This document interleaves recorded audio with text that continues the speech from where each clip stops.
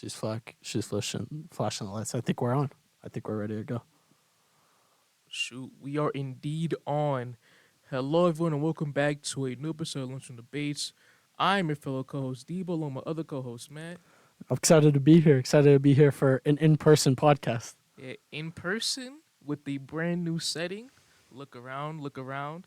To all of our lovely listeners watching this. Yeah, we're gonna have to put some posters up in the back eventually, but it's been a long hiatus since we were able to do an in-person interview. You know, self safety and health protocols. Um, but glad to be back.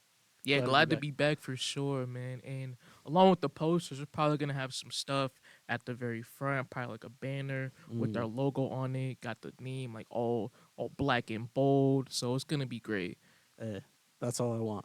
That's all I want. Cause that'll look nice. That'll look nice. We Oh, got the lunchroom debase logo. It's very clean. mm-hmm, The colors look nice. mm-hmm. Um, but I'm just happy to be back in person. I know StreamYard held it down for us, but I think there's a little bit like more chemistry. You can see when the other person's talking. There's not the interruptions as much. So I'm excited for this. Right, and don't forget about Wi-Fi delays too, because with having your podcast be mainly online, virtually, that having the Wi-Fi issues, that's like the biggest problem. So with that being said, we are here. We got the professional mics, we got the professional headphones, got the professional setup for you guys right now, and we're loving it. 100%. Thank you for shouting out the Wi-Fi problems because we had the times when your camera wasn't working or it froze. My times where I just couldn't even talk and I would have to leave the StreamYard. Um, Owen was the only one who consistently had good audio, but then he had no video. Hmm. Um, so we took all of the problems out of the equation and we brought it live to you. Yeah, for sure. And we hope to have this type of setup for a very long time while we're doing this podcast. So 100%. yeah. Now that we got that out of the way, as you know, I'm not a huge college football fan, but since our last episode, there was a national championship. There was indeed a national championship, Michigan versus Washington. Michigan came out on top. Um, a defensive chess match mainly for the Mm-hmm. most part. Michigan being more physical on the trenches on both sides. They pulled through as I expected it with that game. Michael Penix, while I like him as a prospect, well, great guy. It seems like he's a really, really good dude. He didn't have the best of games, had one of the worst games of his collegiate career, Mm-hmm. which is unfortunate because that's gonna be his last college game at UW. But congratulations to Jim Harbaugh for winning it. He got the monkey off his back finally. Um, when during his coaching tenure at Michigan, the critics who were critiquing his tenure with that program, they said Harbaugh can't win the big game. He can't beat OSU, Ohio State, their biggest rivals. And with this year, obviously they beat OSU in the big game, and they won the Big Ten championship along with finally getting that national championship. Yeah. Um, I remember like his first season, they were struggling to beat Michigan State. Like that Hmm. was a real thing of which college in Michigan had the better football program. And fast forward 3 4 years, they're national champions. When I was watching the game, I just thought Michigan had a little bit too much for Washington. I would have loved to see like a JJ McCarthy Penix battle, but it was really just the run game that got off to the hard start for Michigan, and they really never looked back. No, and that's been the winning formula for this Michigan team, Hmm. for this season especially. JJ McCarthy. I know a lot of people are not big fans of JJ McCarthy, but for what he brings to this team, being a game manager, managing, limiting turnovers. He did a really good job.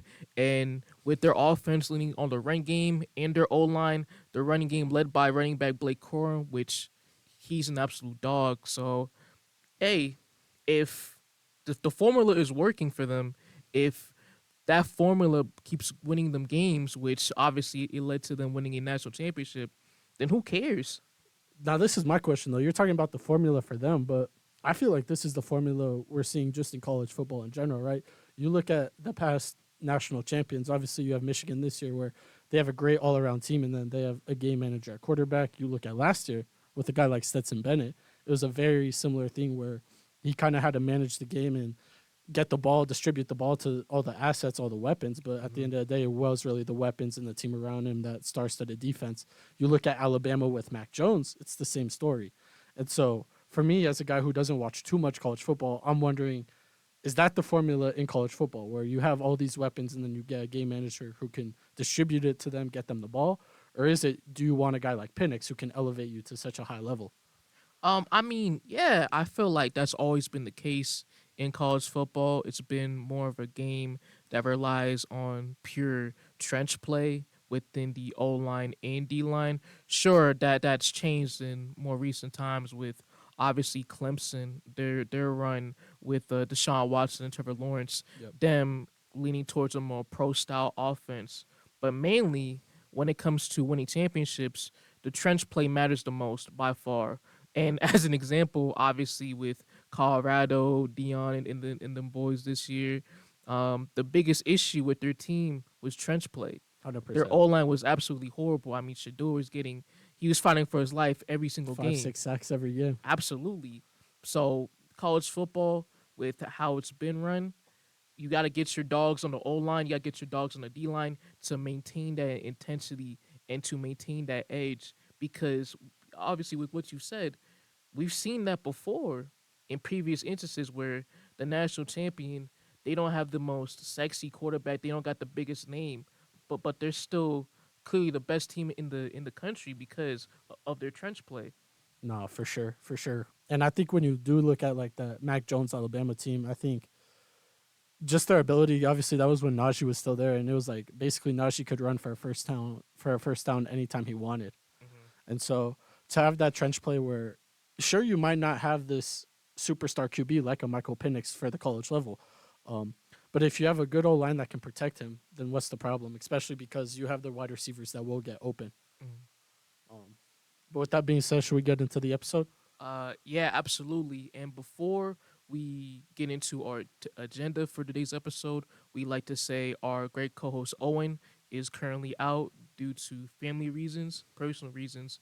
So, with that being said, we wish him good health, and hopefully he can get back on this this podcast with this new format, as you guys can see, Yeah, he gonna really like it. soon. He gonna like it. Absolutely. But let's jump in. Let the viewers know what we're gonna be discussing today. Yeah, so obviously with the aftermath of the NFL regular season, one of the biggest events post regular season, other than the playoffs, obviously, is NFL Black Monday, and what we've been seeing over these past few There's been a days, lot more than Black Monday. right? Absolutely, this might be the most eventful Black Monday we've ever seen in our lifetime. I think one, the number of firings is alarming. I think it was like 25% or 20% of NFL teams are looking for a head coach at the moment. Mm-hmm. But more than just the amount or the quantity, I think it's the quality of the coaches that have been fired. Whether we'll get into it obviously, but like Mike Vrabel, Pete Carroll, Bill Belichick, like these are elite head coaches in the league, and they have been for a while. So to have all of them just be on the market at one time is kind of crazy. You left a pretty important name from that list, Who? Arthur Smith. Oh, Of course. I thought you were about to say somebody else. Nah, Arthur Smith, man. Arthur Smith. Fair enough. Come on, Fair man. enough. I thought you were gonna say Ron Rivera. Oh, that's my guy too. Ron Rivera is my guy, man. Shoot. Debo's a Ron Rivera stan. Absolutely, man. I was a big fan of his work at Washington for sure, for sure. But enough trolling. Let's get into the meat and potatoes of the whole thing. Shout out to Chilltown Hoops for that. I completely stole his phrase. What, the meat and potatoes? Yeah, Yeah. he says it all the time. Fair enough. But shout out to him. But yeah, let's get into our first segment, and it's the most recent segment just announced today. The New England Patriots have parted ways with head coach Bill Belichick. Crazy move. Crazy move. I can't remember what episode it was, but a couple weeks ago we were doing one more year cut segment for NFL head coaches. And when you said Bill Belichick, I had said one more year. And the reason was just because the defense is still phenomenal, right? Now, the offense, obviously, that's a different story. And he's had although he's not play calling the offense, he definitely has an effect on the offense, whether it's starting quarterback, whether it's the offensive coordinator, what type of plays they call. And so it's very interesting. I'm always opposed to like trading or excuse me, firing a coach just when like, hey, if Bill Belichick, Mike Tomlin are fired, there's 28 teams in the league that could upgrade at a coaching position, and that's one reason that I just don't like it. But I also feel like at some point you just reach like a peak, and I think that Bill Belichick, his voice has just been echoed too much in the locker room. It doesn't seem to be having the effect that it once did, and I do think that maybe it is just time. Maybe just completely restart the slate. I think you have the second pick in this year's draft as is.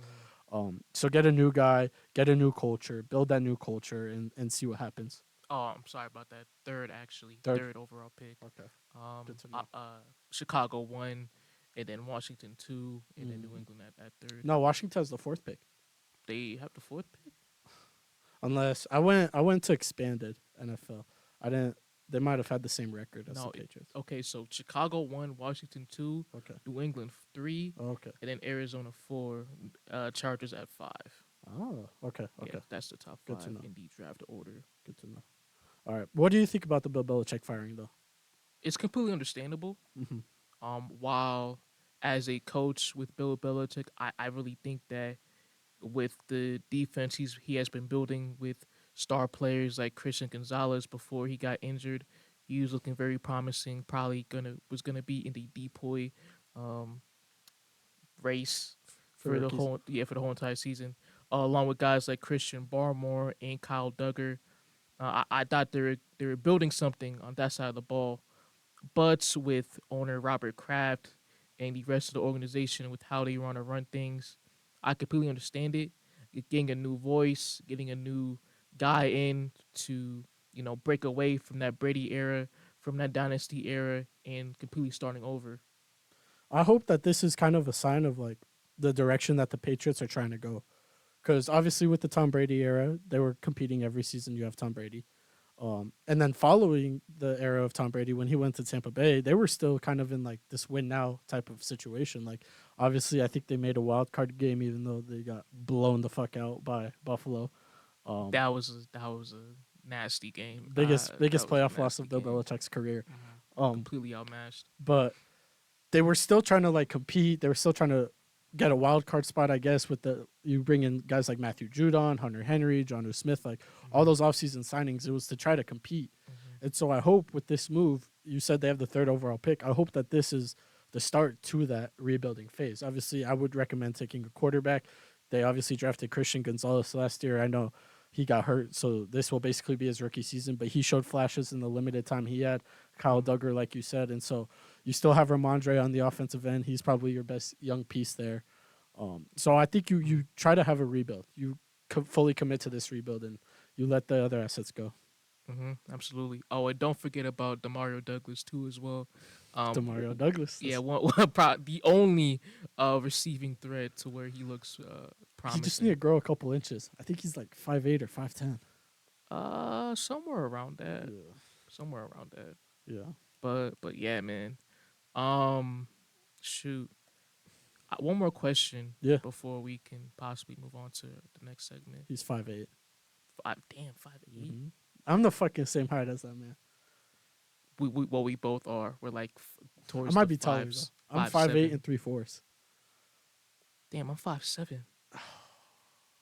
We're gonna have to measure. We're gonna have to measure after the pod. We gotta bring a ruler. We Yeah. need to bring a ruler. Yeah. But let me get back to what I Mm-hmm. was questioning. So with Bill Belichick, obviously stepping away from the Patriots, is Belichick the greatest coach of all time in your opinion? See, I'm trying to think. I don't want to like be too quick. Mm. Here's the thing. Everybody's gonna put an asterisk on this man's legacy just because he at the end of the day he hasn't done it without Tom Brady. I just think that's complete BS I in my do too. opinion. I 100% do That's too. BS. Best coach of all time, probably. It's probably what him or John Madden. Maybe you want to argue Lombardi. Well, you put Vince Lombardi there. Yeah. Maybe add Andy Reid, Chuck Noll, Tom Landry. See, I take Brady over or not Brady. I Oh, take Bill Belichick Walsh over is Reed. there too as well. Mm-hmm. and Don Shula. Don Lots of Shula. great coaches. Yeah. Nah, I'd still take Belichick. I think regardless of what you want to say, whether it was Tom Brady or not, the defense has still been elite without Tom Brady. And the defense was elite all the years with Tom Brady, which allowed them to have such great success.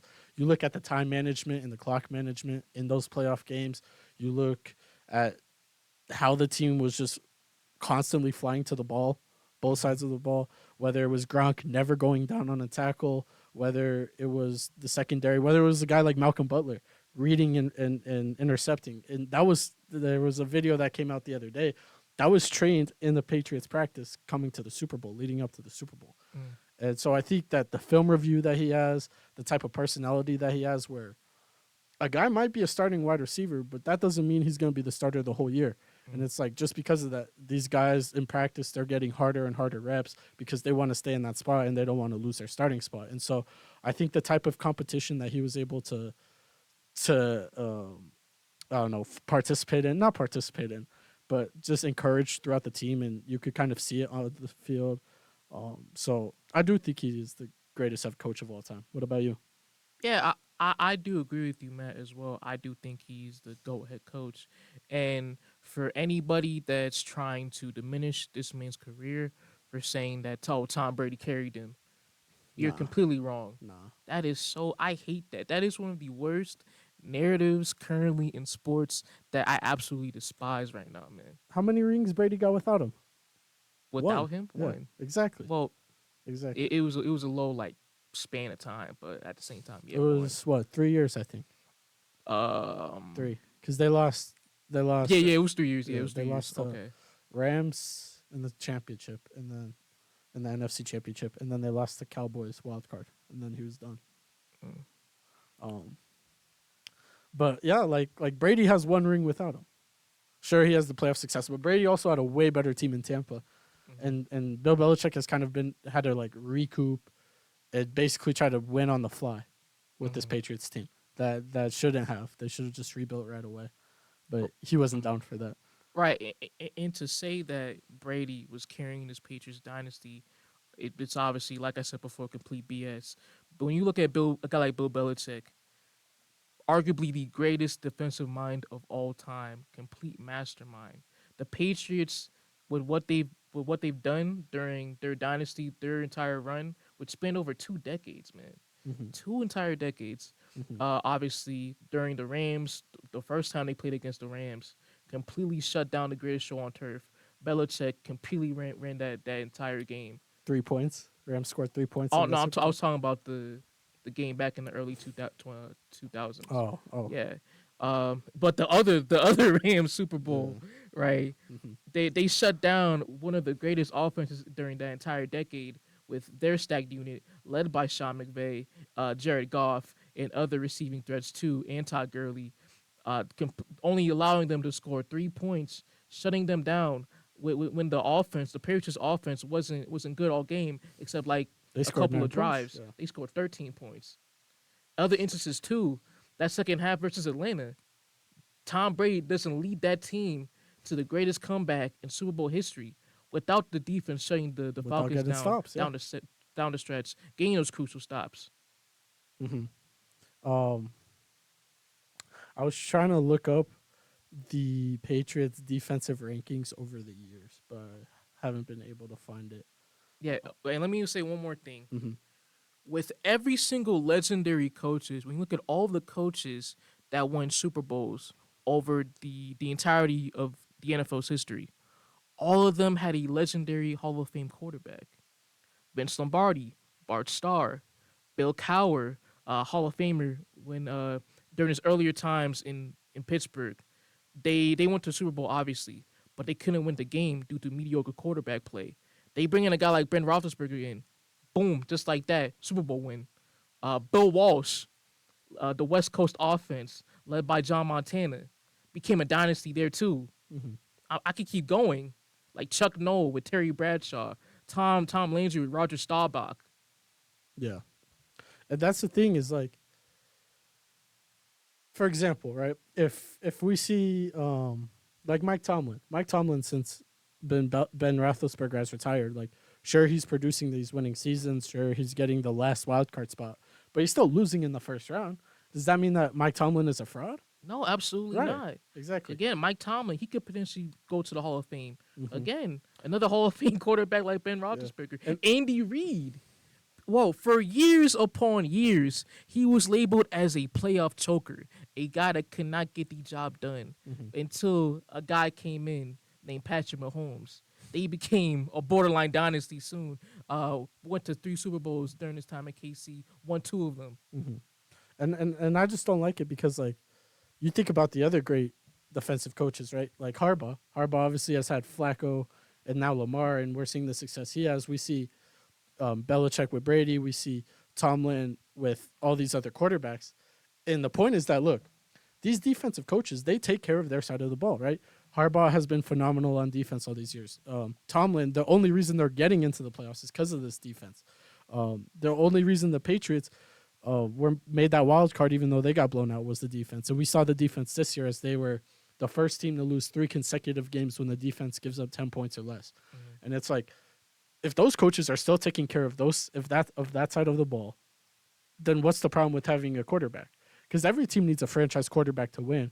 I mean, when was the last time we saw a team without a franchise QB win a Super Bowl? Was it the Eagles with Nick Foles? Mm-hmm. Probably. Mm-hmm. Probably. And so you have all those other teams. You have a franchise quarterback. I'm not opposed to it. I even want the Chargers. Like the Chargers right now, they have Justin Herbert. They could use a defensive guy like a Bill Belichick, like a Mike Vrabel. I think that it would toughen the team up in a sense. And so I just hate them putting the asterisks on the. Yeah, just dynasty as a whole, man. It's sickening, man. Facts. It is sickening. You gotta respect greatness Respect greatness. for sure. It's the same. All right. Who's the next head coach? Next head coach on the list, the Tennessee Titans firing head coach Mike Vrabel. Hate it. Hate it. Mm. Do you remember when we were doing the one more year cut for Mike Vrabel? I was almost surprised when you mentioned his name. I just couldn't believe that he would be on the hot seat.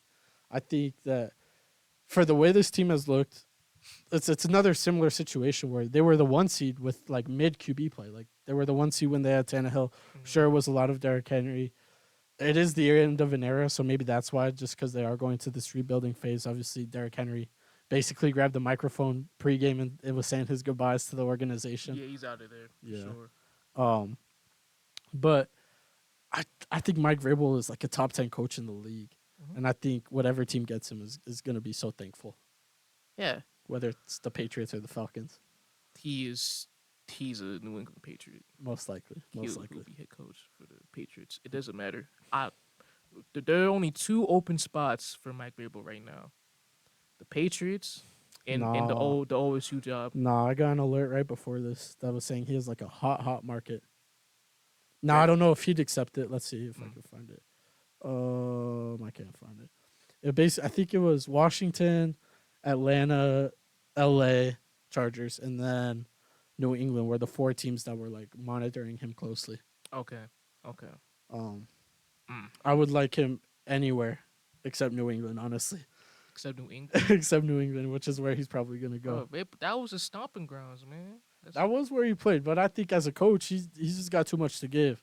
I mean, part of why they fired him in Tennessee was because they're going to this rebuilding phase. We obviously know the Patriots' 3rd overall pick, they're gonna, in all honesty or in all likelihood, draft a quarterback. Mm-hmm. I don't know. It was reported that they parted ways. Tennessee and Mike Vrabel did. I just don't know. Maybe Mike Vrabel was partly he didn't want to be part of a rebuild. No, like that was reported before in the past that he didn't want to be a part of a rebuild. And so I see Washington, who's maybe a QB away from being a playoff team. I see Atlanta, who's a QB away from being a playoff team. I see the Chargers, who already have a franchise quarterback and some playmakers all over the field. I see that, and I think that those are all dramatically better situations than New England. Mm-hmm. And so I do think he's going to go to New England just because the comps are there. He obviously played there. It was reported that the interest is mutual between the 2 sides. It would be a great PR move. It would be a great PR move. Fantastic PR. But man, if I'm Mike Vrabel, I'm looking at this. Like I don't know if we said it when we were discussing the agenda, how we're going to be ranking desirable situations, but any situation is almost better than New England's situation right now. I don't see that, but we'll get into that We later. will, we will. We will get into that But what do later. you think about the Mike Vrabel firing? I don't like it, but at the same time, I completely understand it. And the only reason why is to maximize the talent of Will Levis, which for me, I'm not sure if a lot of other people agree with what I'm saying, but I think Will Levis has the tools to be a franchise quarterback in this league. I do too, but that's why I don't like the firing. Like, to me, I think if you really want to develop a QB, you need to have him playing high stakes football late in the season. And Mhm. so, like with Justin Herbert, for example, Justin Herbert, he had the game week. This was before they incorporated week 18. You remember week 17 where they converted like 10 fourth downs against the Raiders, in the winner go home game. Wait, hold on. I thought that was week 18. It might have been week 18 though. That was Rich Posada's year. That was the Rich Posada year. Yeah. Besides shit, that was the week 18 Okay, so week season. 18. Yeah, that was week But like 18. having a quarterback play like those type of games is crucial. And so like for me, like I mentioned, like we saw this team be a 1 seed 2 or 3 years ago, with Ryan Tannehill at quarterback. And I think Will Levis even right now is better than what that Tannehill was. Better than what? Ooh. That Tannehill was not special because you got to remember that Will Levis isn't working with that same running game. Okay. Will Levis ain't working with that same, and he don't got AJ Brown. No. I wouldn't go that far. I would not go that But far. even if so, I mean the gap isn't that far, and this is his rookie season, and so I think if you could have kept Mike Vrabel, you would still have this good defense. Granted, it has taken a step back, but I do just think that that's their personnel, um, and then you kind of restructure this team to maybe still be rebuilding, but like if you could retool them just with young players to the point where they're still in this division, but at the same time they are also the worst team in their division. Mm. And so I think looking at that, maybe it is the right decision after all. I mean, shoot. I just feel like with their current philosophy right now, sure, Vrabel, obviously they went to the AFC title game in 2020. During that run, that underdog run, also them getting the 1 seed in the 2021 season. So with the Vrabel era in Tennessee, it's been a huge success, Mm-hmm. given the fact that the quarterback play has not been as great compared to other teams in the league, and obviously with there being a lack of talent Mm-hmm. in key spots too on both sides of the ball during his tenure. I just feel like right now they just think, okay, Vrabel, we appreciate with what you've done so far. Mm-hmm. We've maxed out with what Mm-hmm. you've done. We were currently the team is not built to win a Super Bowl, let alone make a deep run in the AFC again. So what we're gonna do, we're gonna cut ties with you right now. It was a great run, but all things have to come to an end, and we're gonna find. Hopefully, they're gonna find a newer, a fresher look, a fresher guy younger guy, preferably on the offensive side of the ball, like a Mike McDaniel from that Shanahan type of coaching tree, and we're gonna build this offense with Will Levis, who we got as our guy, and we're gonna completely rebuild to a new identity. Do you got a guy in mind? Uh well, he's on McDaniel's coaching staff. I believe his name's Frank Smith from the Miami Dolphins, offensive coordinator. Mm-hmm. Mm-hmm. Frank Smith. Not a bad shot. I'm happy you didn't say Ben Johnson because I don't think Ben Johnson's taking that job. Not Ben Johnson would be that it would be the obvious cop out because Yeah. with every single coaching vacancy right now, I think the easy route would be, oh, they gotta get Ben Johnson, they gotta get that Mm-hmm. guy, they gotta throw the bag at Ben Johnson. So I wanted a different What guy. about Eric Bieniemy? Eric Bieniemy, I don't think he's even Washington. I think Yeah. he's staying. I think he'll get some interviews for Yeah, that he'll get Washington interviews, but head I coaching. think I think he'll staying. I think he needs one more year in Washington. Mm-hmm. But back to where you were talking about with Mike Vrabel. Obviously, you said they had the miracle run underdog story where they beat the Ravens and stuff like that. Beat the Patriots in Foxborough too. Yeah. Great, Brady's great, last great game of smash mouth football too. game. Beautiful. And then the following year they lose to the Bengals as the 1 seed in the first game, Hmm. And then the year after that, they're the one seed, or not the one seed, but they're the one. They're the I guess one seed The COVID year is when they lost to in the the Ravens in the wild card yeah, year. yeah. But last year they were the one seed in the AFC South for basically the entire season. Tannehill misses like the last like 7-ish games. They have to go to Josh Dobbs at quarterback, and in the last week of the season they lose the one seed in the AFC South Mhm. to Jacksonville. And so you're looking at it, and you could make an argument like, hey, like if Tannehill doesn't get hurt, this team makes the playoffs 3 out of the last 4 years. Mhm. And so to have a coach like that, because this roster probably isn't like a playoff roster. When you Mhm. look at the other teams, when you look at a Buffalo, a Baltimore, even like a Cleveland with all their injuries, like this Titans team just doesn't stack up on paper. And so the fact that they've been able to make the playoffs or they would have been able to make the playoffs 3 out of the last 4 years, I think whatever team gets Mike Vrabel is looking very good. Mm. Yeah, for sure. Um, but what's the next coach you got on your list? Next one, the Seahawks. Bit of a surprising one. Mm-hmm. They fired their head coach Pete Carroll. It was interesting. It was interesting. I think it's a similar situation to like a Bill Belichick firing though. Yeah, for sure.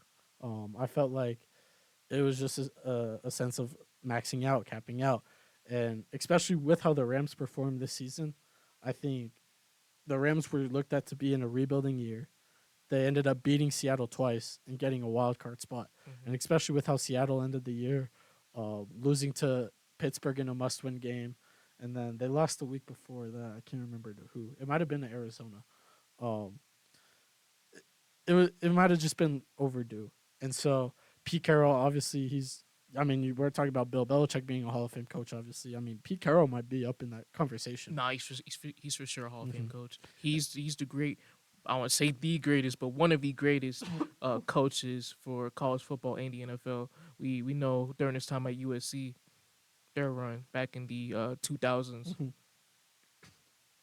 Yeah. And so yeah, I do think like maybe it is just kind of like a reset button for Seattle. Um, but I'm interested to see who's going to fill his job too. And I think Seattle's actually going to go with an offensive guy as their head coach. In my opinion, I think they're gonna get after Dan Quinn just Oh yeah, because he yeah, was yeah. involved Dan with Quinn's very Carroll possible too. during his time as Seattle's defensive coordinator during the Legion of Boom days years ago. That would be the most realistic move, in my opinion, for them. Yeah. You think Dan Quinn's gonna get a blue ball from a job because of that 27-3, or you think that's finally over? Um, shoot, no, I don't think so because the job with what he's been doing with Dallas, with them consistently being a top defensive unit over the years during his time there, I feel like some team, which Dan Quinn, he's relatively young. Mm-hmm. I'm I'm sure his age, he's in that mid 40s tier. Let's look. If I'm correct, He research is that. 53. Research that. 53. Oh, okay. So early 50s. Early 50s. Mm-hmm. So he's relatively young. All right. His work over the years with Dallas, they've been a top defensive unit during his time there. I feel like some team would give him a chance. Yeah, because you think prior to his time in Dallas, I mean that defense was the laughing stock of the league. And I mean, since his time in Dallas, like sure they've drafted great pieces like a Micah Parsons or like a Trayvon Diggs, but you also got to remember he's had to deal with those injuries. I mean, Trayvon Diggs has missed basically the entire year, and look at that defense. You have guys stepping up like Deron Bland, where he's able to put him into the scheme.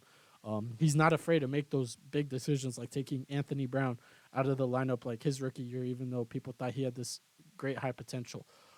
He's been able to re-energize Demarcus Lawrence and build that defensive line. He's been able to basically have this second wind of Leighton Vander Esch, where Leighton Vander Esch was getting outplayed by Sean Lee, like in Sean Lee's last season, and then Leighton Vander Esch has been able to turn his season around and turn his stint around. So I really do wish that Dan Campbell could get a head coaching job because, I mean, the last Dan Quinn, you I mean? said Dan Campbell, Yeah. Dan Quinn. Yeah. Hey, but I mean, because you think about it, like sure he blew a 27-3 lead in the Super Bowl, he still made the Super Bowl, right? Like that's nothing to look over, and so I do think it is time for him to get a second chance. No, and even if he would, potentially take the Seattle job. You look at the defensive talent on that side of the ball, that unit. You got Boye Mafi, Uchenna Nwosu Mm-hmm. when he comes back. Other guys in the secondary Witherspoon, yeah. like a Quandre Dig, well, like a Devon Witherspoon, excuse me, Tyreek Woolen Mm-hmm. as well. Key young guys on that defensive side of the ball that had the potential to be pro, perennial Pro Bowlers. And with what this unit did, they were probably the most disappointing defense into the year, Mm-hmm. led by the defensive coordinator Clint Hurt. They were really soft in the run, especially with Nwosu being out. They couldn't stop anybody, and you saw that during sorry that Steelers game at Najee went home, crazy. where with Najee and Jalen Warren, they both went crazy the entire game, and so for them to bring a guy like Dan Quinn in potentially, that would give them the guy that they need to make this unit a top defensive unit in the entire league. Yeah, I just think it's so interesting. Like you look around the league, like think about the Chargers for example. Like the Chargers when they went in, when they went out in their head coach opening, or when they had their head coach opening after, was it Anthony Lynn? I want to say. The Chargers, Yeah, yeah, it was Anthony Lynn. after Anthony Lynn, and they basically said they basically said, hey, we want to go with a defensive guy, and they ended up choosing Brandon Staley. Mhm. And it's like, hey, did you not see this dude Dan Quinn who basically turned around this Dallas defense, and now like sure, hey, Mike McCarthy's calling this offense and the offense looks good at home at Jerry's World, but like the defense travels. The defense has been phenomenal for what, the last 2-3 years, and they constantly lead the league in turnovers. Mhm. Um, and not to mention, I know it's a while ago at this point, but do you remember the game when Dan Quinn coached? He had coached against the Saints that one game. I think McCarthy was out with like COVID. It was it during the COVID year It was or the COVID year. okay?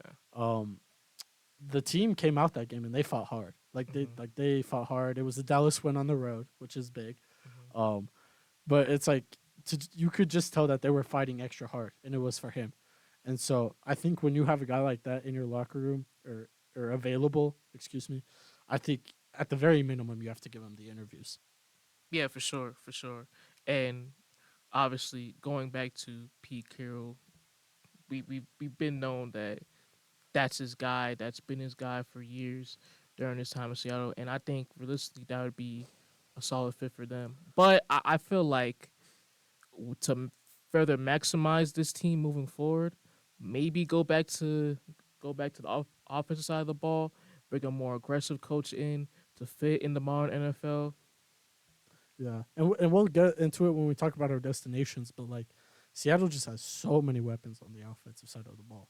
Whether it's a Metcalf, Lockett, Kenneth Walker, you have Jackson Smith and the Jigba, who started to come on at the end of last year, and you've been building this O line through the draft the last couple of years. Mm-hmm. And so I think if you want to go that direction, obviously I don't know if Gino's the guy anymore, especially after this year, but I think that there's so many playmakers on that side of the ball, and for them to kind of be underperforming the way they did. I mean, in the Rams game, they didn't pick up a single first down in the second half of the Rams game, and that's just unacceptable for how talented this offense is with the weapons they have. So whether it's offense, whether it's defense, both sides of the ball need hope. Wait, you mean the second one? Nah, the first game, Oh, the first. Okay, the yeah, first game. right. It The was first first game of game. the season though. My mistake. My mistake. Um, Yeah, no matter who they bring in, offensive or defensive, there are a lot of there's a lot great of pieces on improvement. this team, young great pieces on this team to build around. 100%, hmm 100%. Um, but who's the next coach? Um, shoot, that's with all the head coaching firings now. We're gonna get into more of the coordinators throughout the league, Mm-hmm. and we're gonna start off in Chicago with OC Luke Getsy being fired. Finally, finally, he didn't get fired on the Black Monday, and I think that was the most surprising thing out of anything.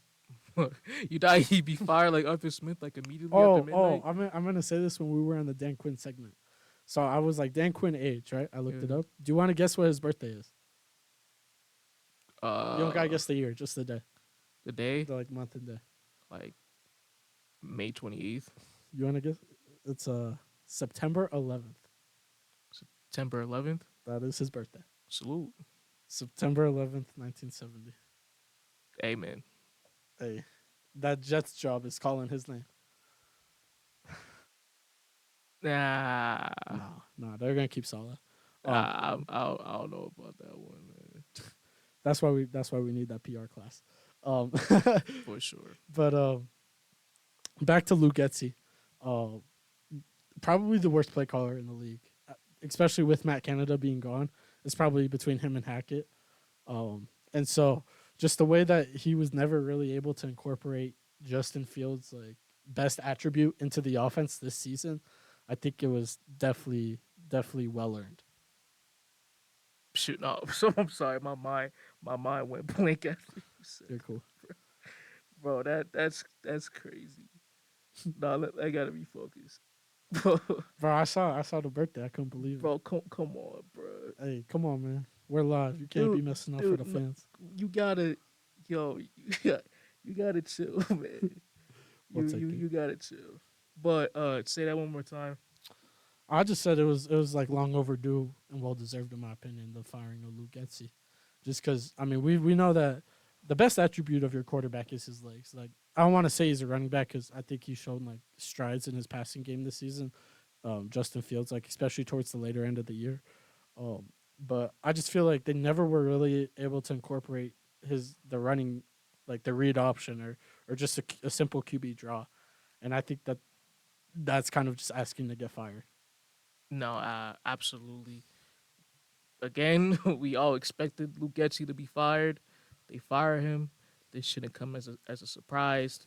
During his entire tenure with the Chicago Bears, he's been consensus the worst offensive coordinator in the entire league by far. Probably him. It's probably him, Nathaniel Hackett, Matt Canada. Those three Yeah, he's in those for convos sure. Which for you don't sure. want to be. He's in those convos, and what he's been doing, well, what he did during his time in Chicago, obviously the limited development of Justin Fields, not playing to his strengths, making him use his legs more, along with play design as well. Them having spacing issues with receivers running routes, and that was very prevalent during his time. Well, during the start of the year when they were on a horrible the horrible stretch. They were arguably the worst team in the entire league by far. And so, yeah, absolutely, this was the right move, 100%.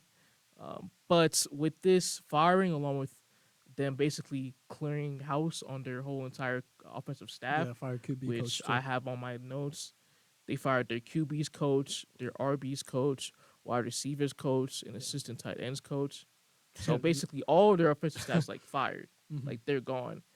And okay, yeah, I understand that because their offensive unit was mediocre. They were average at best. So okay, I can understand going to a new direction.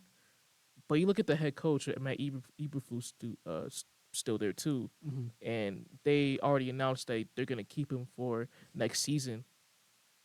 I just think that with them bringing a new QB, in especially, it's not the right move. They gotta move on for him. I like Matt Eberflus though. I think he's a good coach. I think I don't I he's middle of the pack at best. yeah, he's middle of the pack, but I think like I don't know. Once they got Montez Sweat from the Commanders, like the defense really turned on. And I think that you kind of saw that on his side of the ball. I think for sure what the Bears GM, what Polis told him was, hey, either fire Lou Getzey or you're gone. And I think that's basically what Eberflus did, and he let the whole offense go. But like for a coach like Eberflus, I just think that the defense has looked good. Like the defense was really good this year, especially you're seeing the development of guys like Jalen Johnson in the secondary, which I think he's gonna make first team All Pro this year. Tyreek Stevenson as well. Yeah. He had a great year. And even like the linebackers, like you brought in Edwards and Edmonds, and like they started the year very very slow, and they were able to kind of get used to the scheme and system as the year progressed. So I think if you can bring in the right offensive mind, I think that this move works out. But I do think that like entering next season, Luke Getzey's on the hot seat in a sense. Like they got to start winning some games or he's gone. But when you look at the current coaching landscape of the entire league, Mm-hmm. where do you see Where would I rank Yeah, where Eberflus? would you rank Matt Eberflus within the entire league? Well, Because let's just he's not in the top 10 for sure. well, let's just think about his division, right? You got Dan Campbell, Dan Campbell's He's the better. worst coach in that division by far. Yeah, he is. He When is you have because yeah, Lafleur and LaFleur, O'Connell are all better, O'Connell, Campbell, they're all better than him. right? I mean, we don't gotta go through all the teams, but he's definitely not towards the higher end of the spectrum. Um, but I do think like you could do a lot worse than Eberflus Yeah, but you can do a lot better, especially with this, but with especially with the this coaches available. current coaching pool. This is probably the greatest head coaching pool we've ever seen in history in the modern Hmm. era. But I will say, like all the great coaches that are available are also defensive coaches, Okay, outside of maybe Ben Johnson. and they do their job substantially better than Matt Eberflus.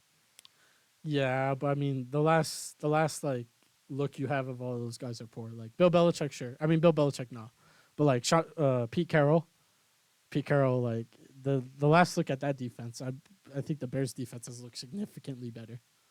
Um, Mike Vrabel, I would rather have. Belichick, I would rather have. Who else is available? Antonio Pierce, he's obviously going back to the Raiders. Let's be Yeah, real. but if you were available, I'd still pick Antonio Oh, Pierce. for sure, I would too. I would too. But like, I don't know. And the thing is tough. Like, you make a great point because Chicago probably has one of the most desirable locations right now, like opportunities right now, just in the sense if you bring in a coach, I mean, they get to make the decision whether they want to keep Fields or take Williams. But you look around the field and you have great weapons around them. You got DJ Moore, young wide receiver who has showed great signs of being a wide receiver one in this league, as we already highlighted the defensive players, and you still have all this draft compensation. You have the first pick, you have the ninth pick, I think it is, maybe the Mhm. 10th, and you have all the other assets that you got in that Carolina trade. And so I think like, hey, you have all that. You still have cap space that you didn't spend last year. Like I think that they have one of the best destinations available, but they're obviously keeping Eberflus. I I really don't get it. I really don't get the move. I mean, I don't know. If you're asking me like, do I think like he's a Super Bowl winning coach? Absolutely not. But if they Okay. So what's the point of keeping him when you don't because see him there winning are a Super Bowl? organizations that are just like that. They're fine not winning a Super Bowl. Yeah, But yeah, and if this coach is willing to be able to get us to being 500 or in the wild card spot every year. I mean, think about the Bears. The last time we saw them in the playoffs was the double doink when they had Mitch Trubisky. no, it was the game where they lost to the Saints in the wild card game. The Saints in the wild card. It Yeah, was the it was in 2020, the 2020 season. fair. Um, but outside of that, I mean, where were they before the Trubisky era with Jay Cutler? Like that wasn't a good time for Bears fans, and so I think like it's similar with the Knicks. Like the Knicks were obviously so bad for so many years that just bringing in a guy like Tibbs might not be a championship coach, Hmm. but bringing in a guy like who you know will get results at the end of the day, who can make you a competitive ball club, I think that there's value in that. And so I think, hey, maybe he's not the coach right now. Maybe he gets one more year. Maybe he leads you to a wild card game. But I mean, if you got to get some playoff experience next year, and if not, then he has to be gone. All right, I understand that, but when you compared the Bears situation to a team like the Knicks in the NBA, Mm-hmm. Tom Thibodeau, when he was the head coach, he at least took the Chicago Bulls when he had all the talent to Sure. deep playoff runs, and when he was an assistant during his time in Boston, they were a championship winning team. Mm-hmm. And you're comparing that to a Matt Eberflus, where I understand that he did a really good job in during his time in Indianapolis, Mm-hmm. and he's only been a head coach for 2 years Mm-hmm. with Chicago. Mm-hmm. But at the same time, the championship winning pedigree is not there. And so when you say that, oh, okay, that some teams should be are fine with only getting like one playoff win every year. Mm-hmm. No, There's teams like that no, though. Are you no, telling me like there's not? no, yeah, I agree with you, but at the same time, that is not what a top organization does. When are the Bears a top organization though? When have they ever been a top organization minus the 80s and 90s? Or you could even include the 90s. Um, Exactly. They've never been a top organization. And I understand where you're going with Tibbs, but like yeah, Tibbs is a coach where in Minnesota they had Jimmy. Who did they have? Jimmy Cat Wall. and who was the Oh third no, guy? sorry, Minnesota. It was Jimmy Cat. Cat, Wiggins. Wiggins was the third guy. Yeah, They were the 8 seed that got swept or maybe lost in 5 in the first round. they were seventh, eighth. They were the seventh or eighth Yeah, seed. yeah, yeah. Yeah. With the Bulls, like they finished a higher seed every year, but they were always getting eliminated early in the playoffs. Partly because of Derrick Rose injuries, but partly just because of coaching. And it's like with the Knicks, like when Tom Thibodeau first came, the Knicks had no like sure the Knicks every year want to make the playoffs just because they are a big market, but like they had no intention of making the playoffs. They just got lucky that Tibbs was able to unlock this all-star version, most improved player of Julius Randle his first season. And so I think like with Eberflus, you're seeing that on the defensive side of the ball, at least with the improvement. Those guys are improving. If you can bring in the right offensive mind, maybe the offense starts to show flashes, and maybe you can connect the two and build a good organization. I But just I think for the Bears, though, I just think you've had so much instability over the years. You constantly ruin this young talent that you have had. I think for them, they see, hey, at least one side of the ball is performing. Hey, at least one side of the ball is developing. We might as well just keep it. I really think that's how they view it. it, I just don't see it. Fair enough. I just don't see it. But what's the next coordinator that's gone? Next coordinator, Jags defensive coordinator Mike Caldwell, excuse me, has been fired Overdue. along with other key guys on their defensive staff. This is a firing I like. Mhm. I think that defense took a big step back from last year. Yeah, for Um, sure. Um, I, I was expecting him to get fired. Do you think that this is the make or break year though for Doug Peterson? Oh, yeah, for sure, Yeah, for sure. Next season, if he still remains with the team heading into 2024, he will. He will. that's like his prove year. I think so as well.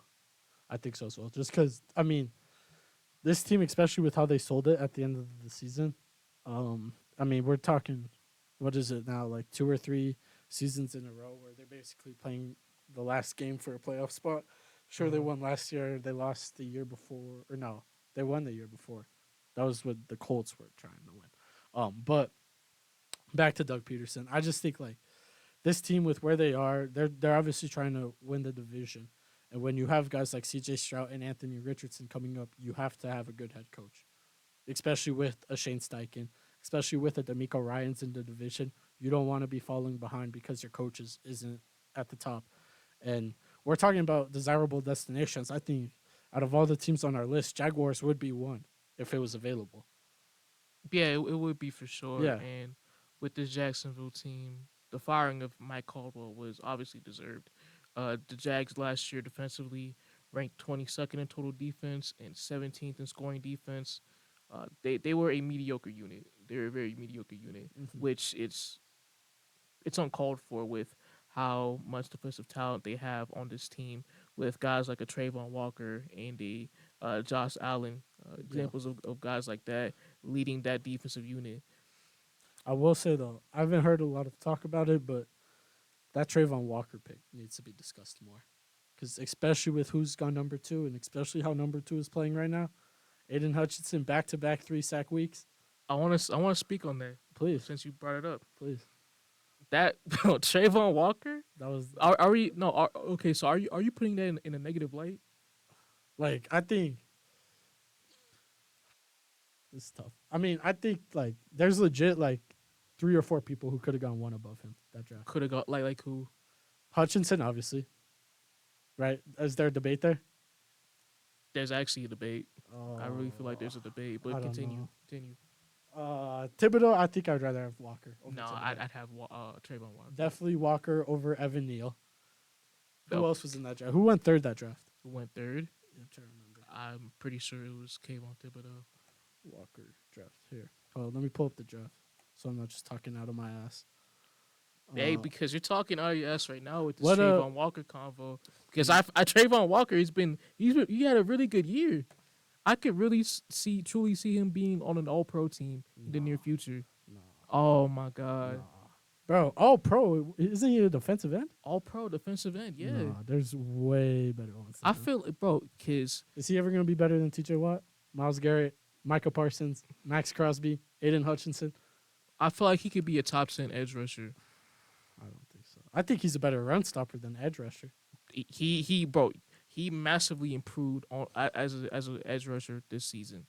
Oh, for sure. I'm not gonna deny that. Hmm. But I mean, I don't know. I definitely think Aiden Hutchinson's better. I don't think so. I think. I feel like there's a good Oh, there's a okay. good debate where you have Trayvon Walker being better than Aiden All Hutchinson. right. So this is the draft. So Hutchinson, I said I would take. Derek Stingley went 3. I have Trayvon Walker over Okay. him. Sauce went 4. Okay, I pick Sauce. Kayvon Thibodeau, Ikem Ekwanu, Kwanu, yeah. I'd um, have Walker. Evan Neal. You have Drake London, Walker. Charles Cross, Walker. Garrett Wilson, Wilson, I'd take Wilson. Olave. I'd take Olave. Olave. Jordan Davis. Walker. I'd take Walker. Kyle Hamilton. Hamilton. Yeah. Just off the fact that Hamilton's been in like top 5 safety this year. Tyler Smith. Tyler Smith's probably top 5 Yeah. at guard. Who else was in the first round? Jahan Dotson. No, Wait, I'd take Trent Trayvon McDuffie. Walker. Trayvon Walker. George Karlaftis. Walker. Yeah, Walker. Yeah, Jermaine Johnson. But Walker. Probably Walker. Yeah. I mean, so there's like 4 or 5 guys. That's just the first round. But would you put that on that draft class being as Elite? great as great? Yeah. As Well, great let's as be that- real. Let's as be that real. Like was. these later guys, like Kyle Hamilton, he went 14th. Tyler Smith, nobody's taking him. He went 24th. Right. Sure, you could say, hey, what about Garrett Wilson, Chris Olave, one of the receivers? Yeah, but like, I think like 1 is high for a receiver, unless it's like a Marvin Harrison, Jamar Chase type. It's always been high. Yeah. Really, compare that to history. But I don't know. I think for sure, especially you want to talk about the Trayvon Walker as a run stopper. The Lions had one of the best run defenses this year, and I think a big part of that was Hutchinson. Hmm. And so I think for sure I would take Hutchinson over him. And I mean that was really the debate. That was the 1-2 coming out Okay. and coming into the draft. No, it was Hutchinson Thibodeau, and then Walker had the great combine, and then his combine was so great that elevated him towards being the number 1 pick. I don't like going 1 off a combine though. But that's how he got into the number 1 pick discussion because of him having a great combine. Well, it's also didn't he win a championship his last year? He was at Georgia. Yeah, but I'm just telling you that the combine with how great he did, that was like the main reason towards him getting that first overall That's spot. fair. That's fair. Yeah. But no. But back to where we were in terms of talking about Jacksonville. I do just think like that. I don't know. I feel like they were asleep at the wheel in that division, right? They ended up drafting a guy like Trevor Lawrence. They made the playoffs. They had that 27-point comeback, and it was like, oh wow, we're really gonna run the AFC South. We're gonna win our division for the next double-digit amount of years. And then the Colts and Texans both bring in phenomenal coaches, draft great young QBs, obviously C.J. Stroud, Anthony Richardson. And it's like, hey, this division is really up for grabs every single year now. Hmm. And I do feel like they were asleep at the wheel. And they're going to have a big offseason this year. Yeah, I do agree with you on that because heading into the start of the year, we all said that the Jaguars are the clear favorites to win this division. People had them winning not just the AFC South, the AFC. I did not see that at all. I saw that. I was slowing those breaks down. I didn't see the potential for them to make a deep run just yet. No, I didn't think they were winning the AFC. I did think they were going to win their division quite convincingly, which did not happen. No, it did not happen. And when you look at the acquisition moves that they made in the offseason, really the main one I'm thinking off the top of my head right now was Calvin Ridley. But that wasn't even this offseason. Yeah, it was made last year. Yeah. It was made last year during the trade deadline. And so they completely came into this year with little to no improvement in a league where it's year to year. It's a year to year basis. For sure. We don't know which teams who we think are going to be complete trash. They might be good, which in the AFC South that happened with the Houston Texans winning the division. with CJ Stroud Yeah. having an OPOY type of year, and also with the Indianapolis Colts being super competitive, even without missing their key guy Anthony Richardson, their star quarterback for the majority of the season. Mm-hmm.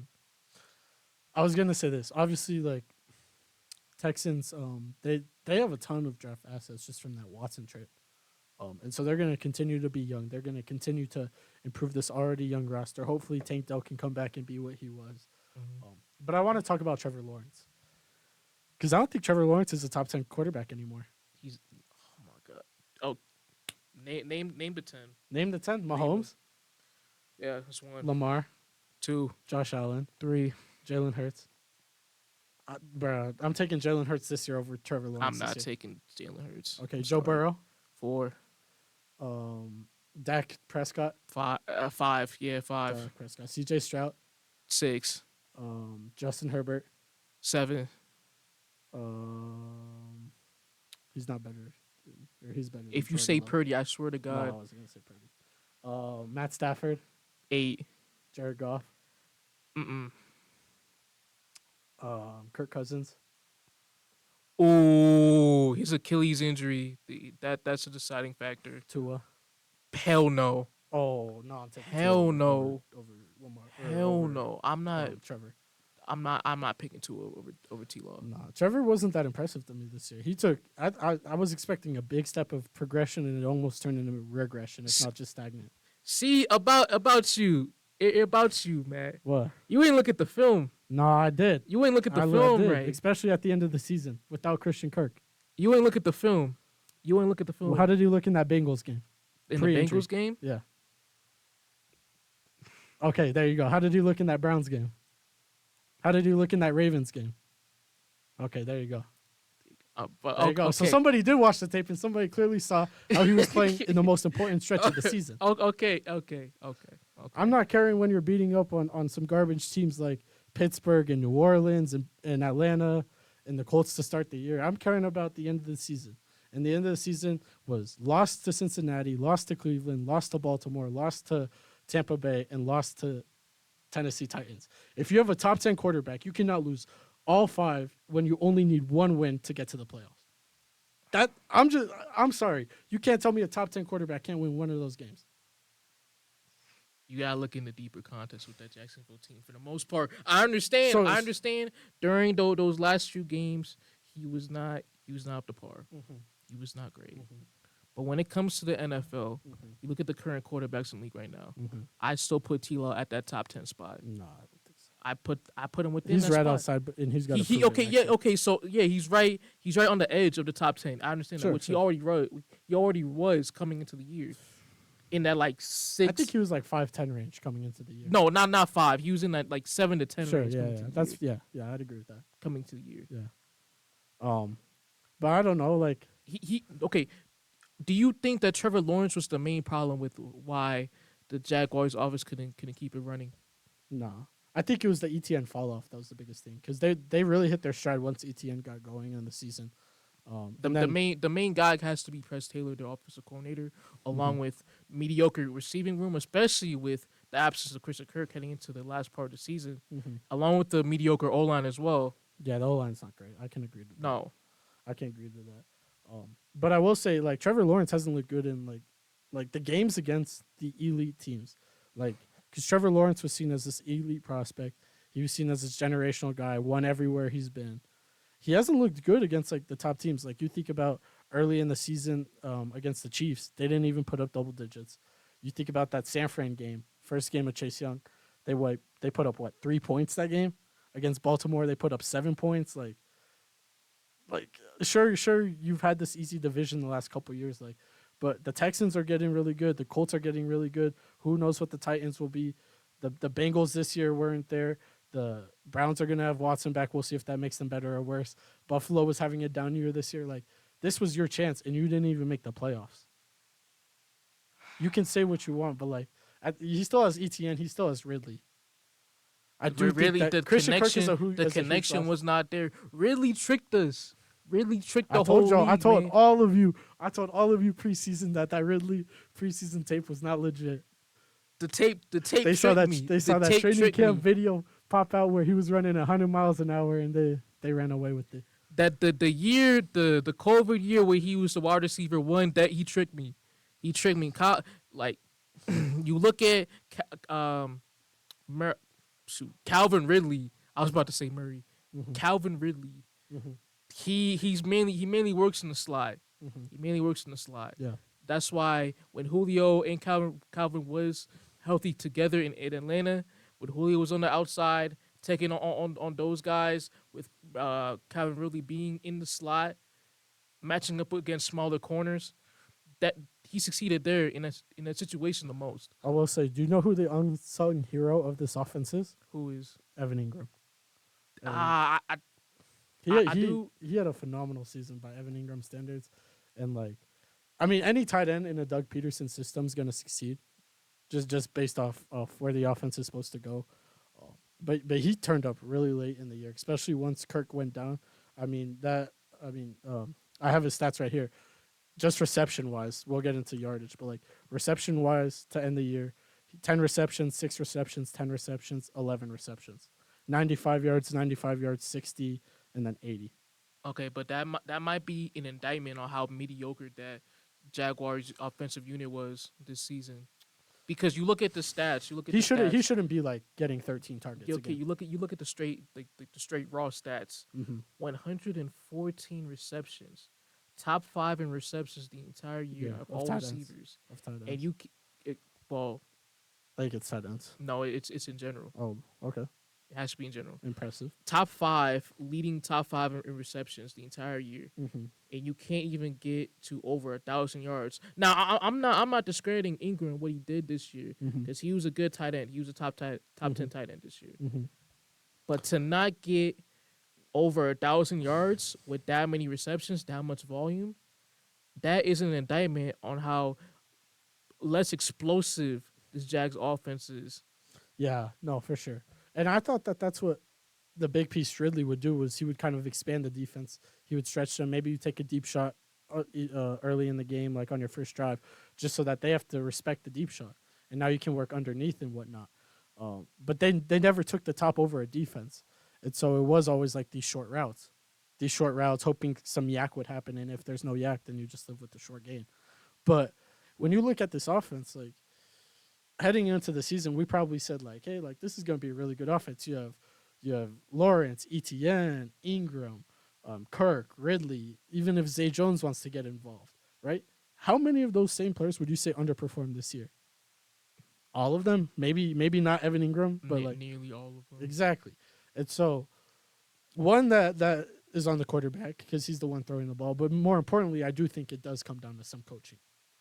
I do think maybe it's OC. Maybe it's, I don't know how much play calling power the OC has, just because Doug Peterson also does some work on the offensive side of the ball. I'm obviously not in the organization. I got sources, but my source is not telling me that. And so like, I just don't know. This Jags team is from where they were 1 year ago to now, there's just so many more question marks. No, there's so many question marks on offensively and defensively. Mm-hmm. And with we said it before, and with how much competitive the AFC South is currently right now, with the Texans, they have a great youth movement going on. The Colts the same as well, and with the Titans, who knows, they could possibly be another sleeper team that makes that next leap into being a playoff contender. Yeah.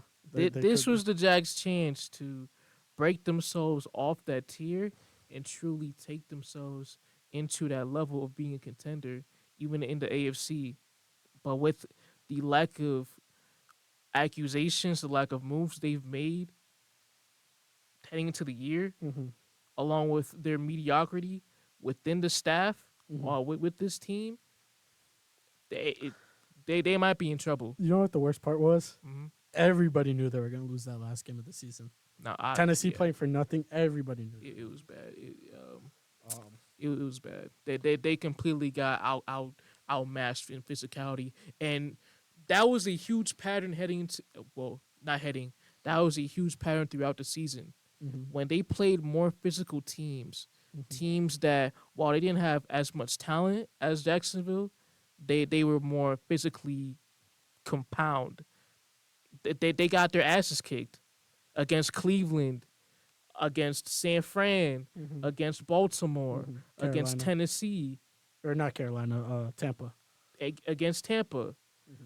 When they go up against teams that are physical and can win in the trenches, they get their asses kicked. And And that's a huge yeah, problem. and that's a complete indictment on this coaching staff led by Doug Peterson. Hmm. Now, toughness is one of the things that you can directly point to coaching, right? Hmm. Whether it's Tomlin in Pittsburgh or whether it's Peterson in Jacksonville, like you can definitely point to coaching. Whether it's, I mean, we saw it with Cliff Kingsbury in Arizona. Like there are some coaches who just don't coach toughness, and typically you don't see it in the first year. Typically, it lags behind in a second year or a third year, and I think that we are kind of seeing that with this Jags team. Yeah, we are. But who's the next coordinator you got? Next one. Well, it's not a coordinator. It's news on a head coach returning for 2024, Hmm. and that is Saints head coach Dennis Allen. Good move or bad move? Horrible news. How does this man still have a job? Does I this have mean no clue. Jabo's off the team? Jameis. Um, Especially after that. after that incident, Bro, I thought it was well played. I loved his post game interview. Jameis Winston has to be a top 3 funny guy in the NFL. he's one of the NFL's greatest characters right now. Oh, 100%. I love that guy. But Oh. I mean, I guess he saved his job, what, the last 2 weeks? Beating, who was it, Tampa, and then who's the other two? I mean, I can't remember. it shouldn't have. It shouldn't have. He should have been long gone. It should, especially after that Rams game. I think that Rams game should have decided it.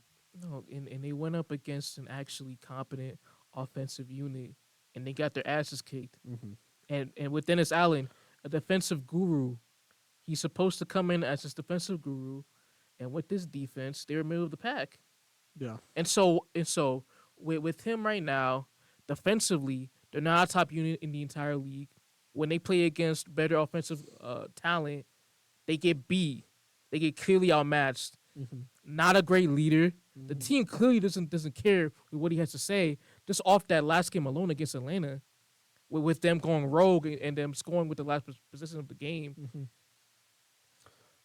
Here's the Dennis Allen era to you. Last 8 games of this season, what was their record? 4-4, 500. Dennis Allen. Their 4 losses: Minnesota, Atlanta, Detroit, and the Rams.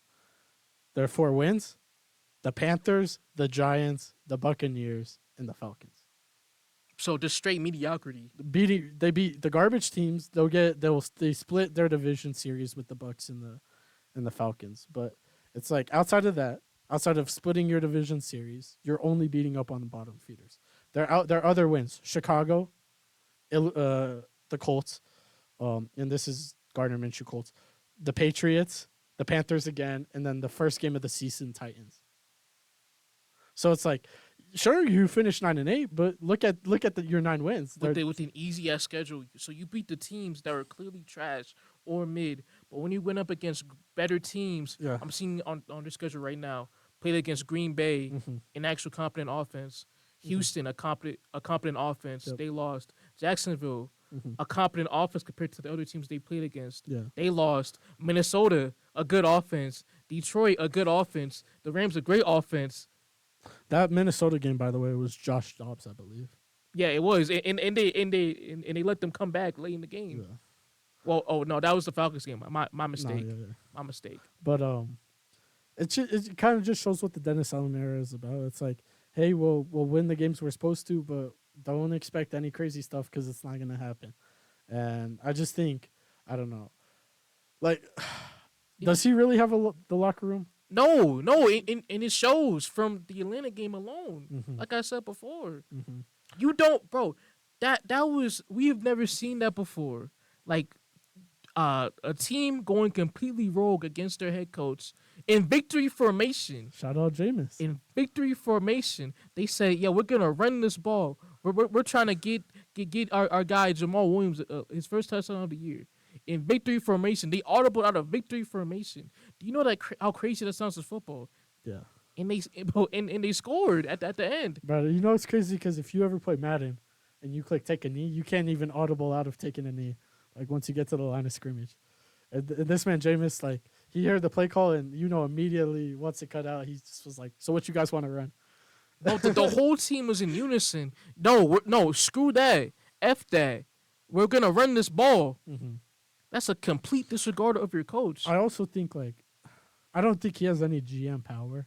I don't think he was the one that gave Derek Carr the contract. But as the head coach, at the end of the day, you got to look at your quarterback and say, which quarterback is going to give me the best chance to win? And now I understand you gave Derek Carr this crazy contract, and sure, he has to kind of play to it. But, like, we're talking about, like, look, the Saints had playoff aspirations, especially when you do look at their salary cap and their salary situation. Like, this is a team that's on paper built to contend or at least built to be in the playoffs. And when you look at all the playoff teams you're facing, as Dibo mentioned, you lost to every single one of them, minus the Buccaneers, which you split. And you didn't give Jameis Winston one shot.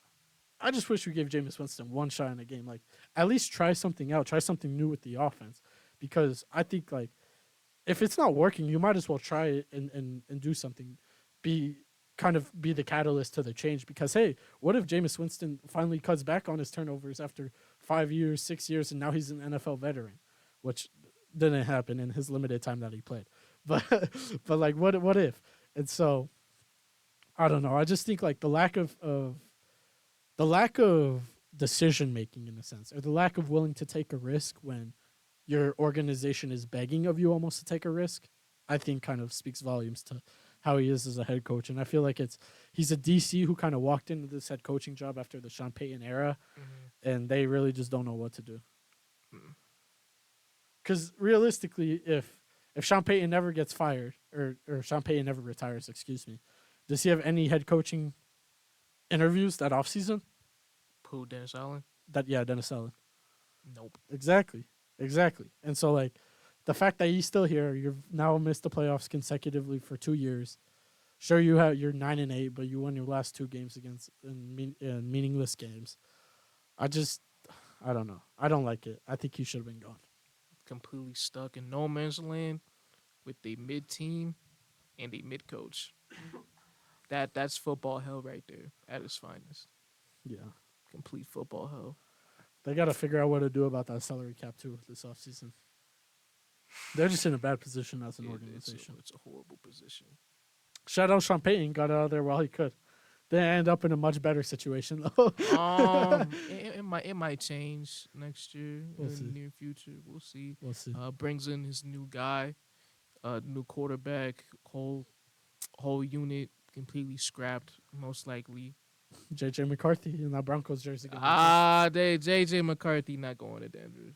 He not, but I don't know. It's gonna be a white guy.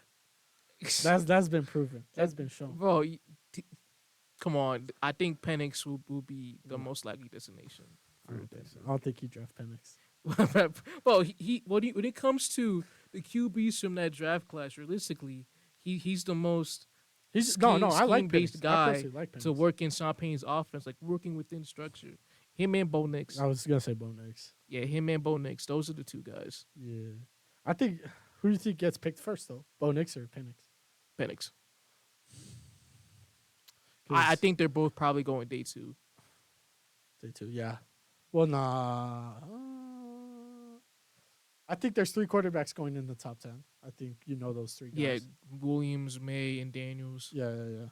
And then, the next quarterback should be Penix off the board, I would say. Mm-hmm. But we'll see if it is.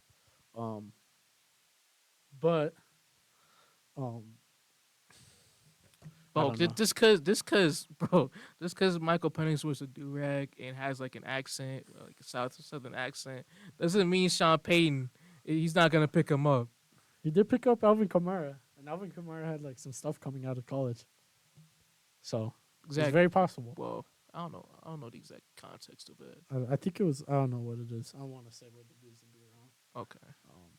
But no, I don't think Sean Payton has any like racial bias against quarterbacks. I hope not, for sure. Oh well, I think we all hope not. Yeah, like that's like the bare minimum when it comes to a head coach, right? Draft the best player available, not based on skin color. That's the bare minimum. I mean, because if that's a bare minimum, I hope all 32 coaches can do that.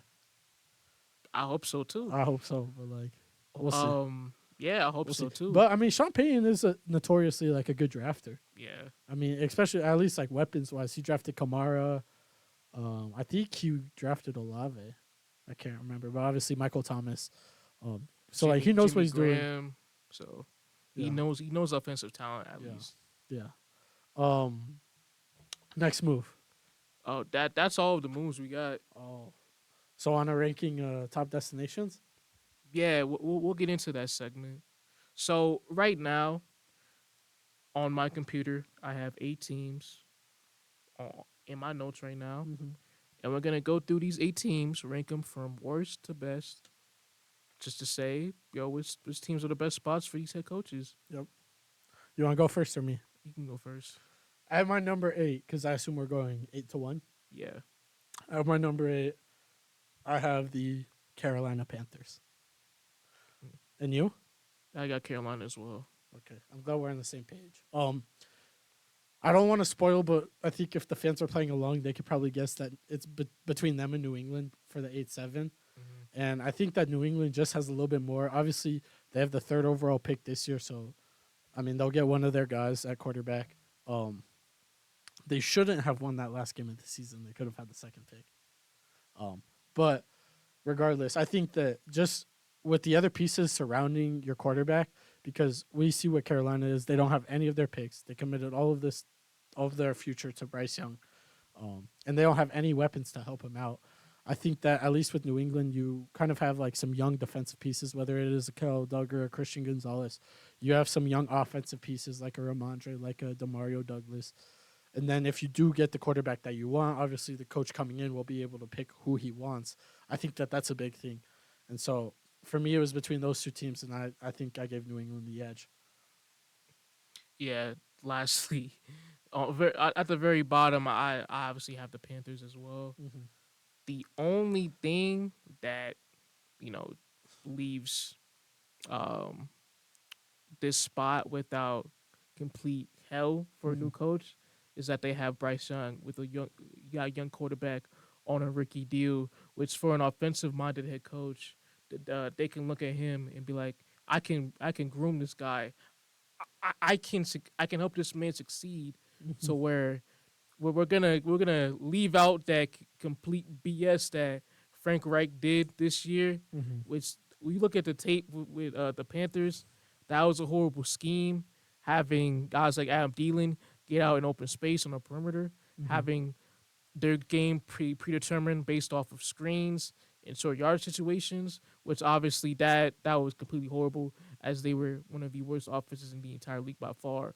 So that's really the only situation, the only key factor to when it comes to the Panthers being a realistic or reliable destination for a new head coach. The other factors, it's not looking good. That's probably it. Horrible owner. Mm-hmm. Yeah. Oh, yeah. I didn't David Tepper, probably the worst owner in the entire league by far. In a league filled with horrible owners, he's probably the worst. He's heading towards that Dan Snyder type of tier. And you saw that video where he threw a drink. Yeah, he threw a drink at a Jaguars fan at the game. So that, you got to deal with that. You got to deal with the guy that also likes to mingle within front office assistants too as well. So that's not good. Offensively, completely bad. You don't got a single piece that you like on from offense. Start to bottom. Even the young pieces, they got huge question marks. Jonathan Mingo, he can't catch. Chuba Hubbard, he's okay, but he's not a lead back. Terrence Marshall Jr. He's not that. Iquanu, their left tackle, he had a really bad year. Well, nobody on that O-line had a good year. No, nobody. They were horrible. Yeah. And defensively, Brian Burns, you're probably gonna have to franchise tag him too.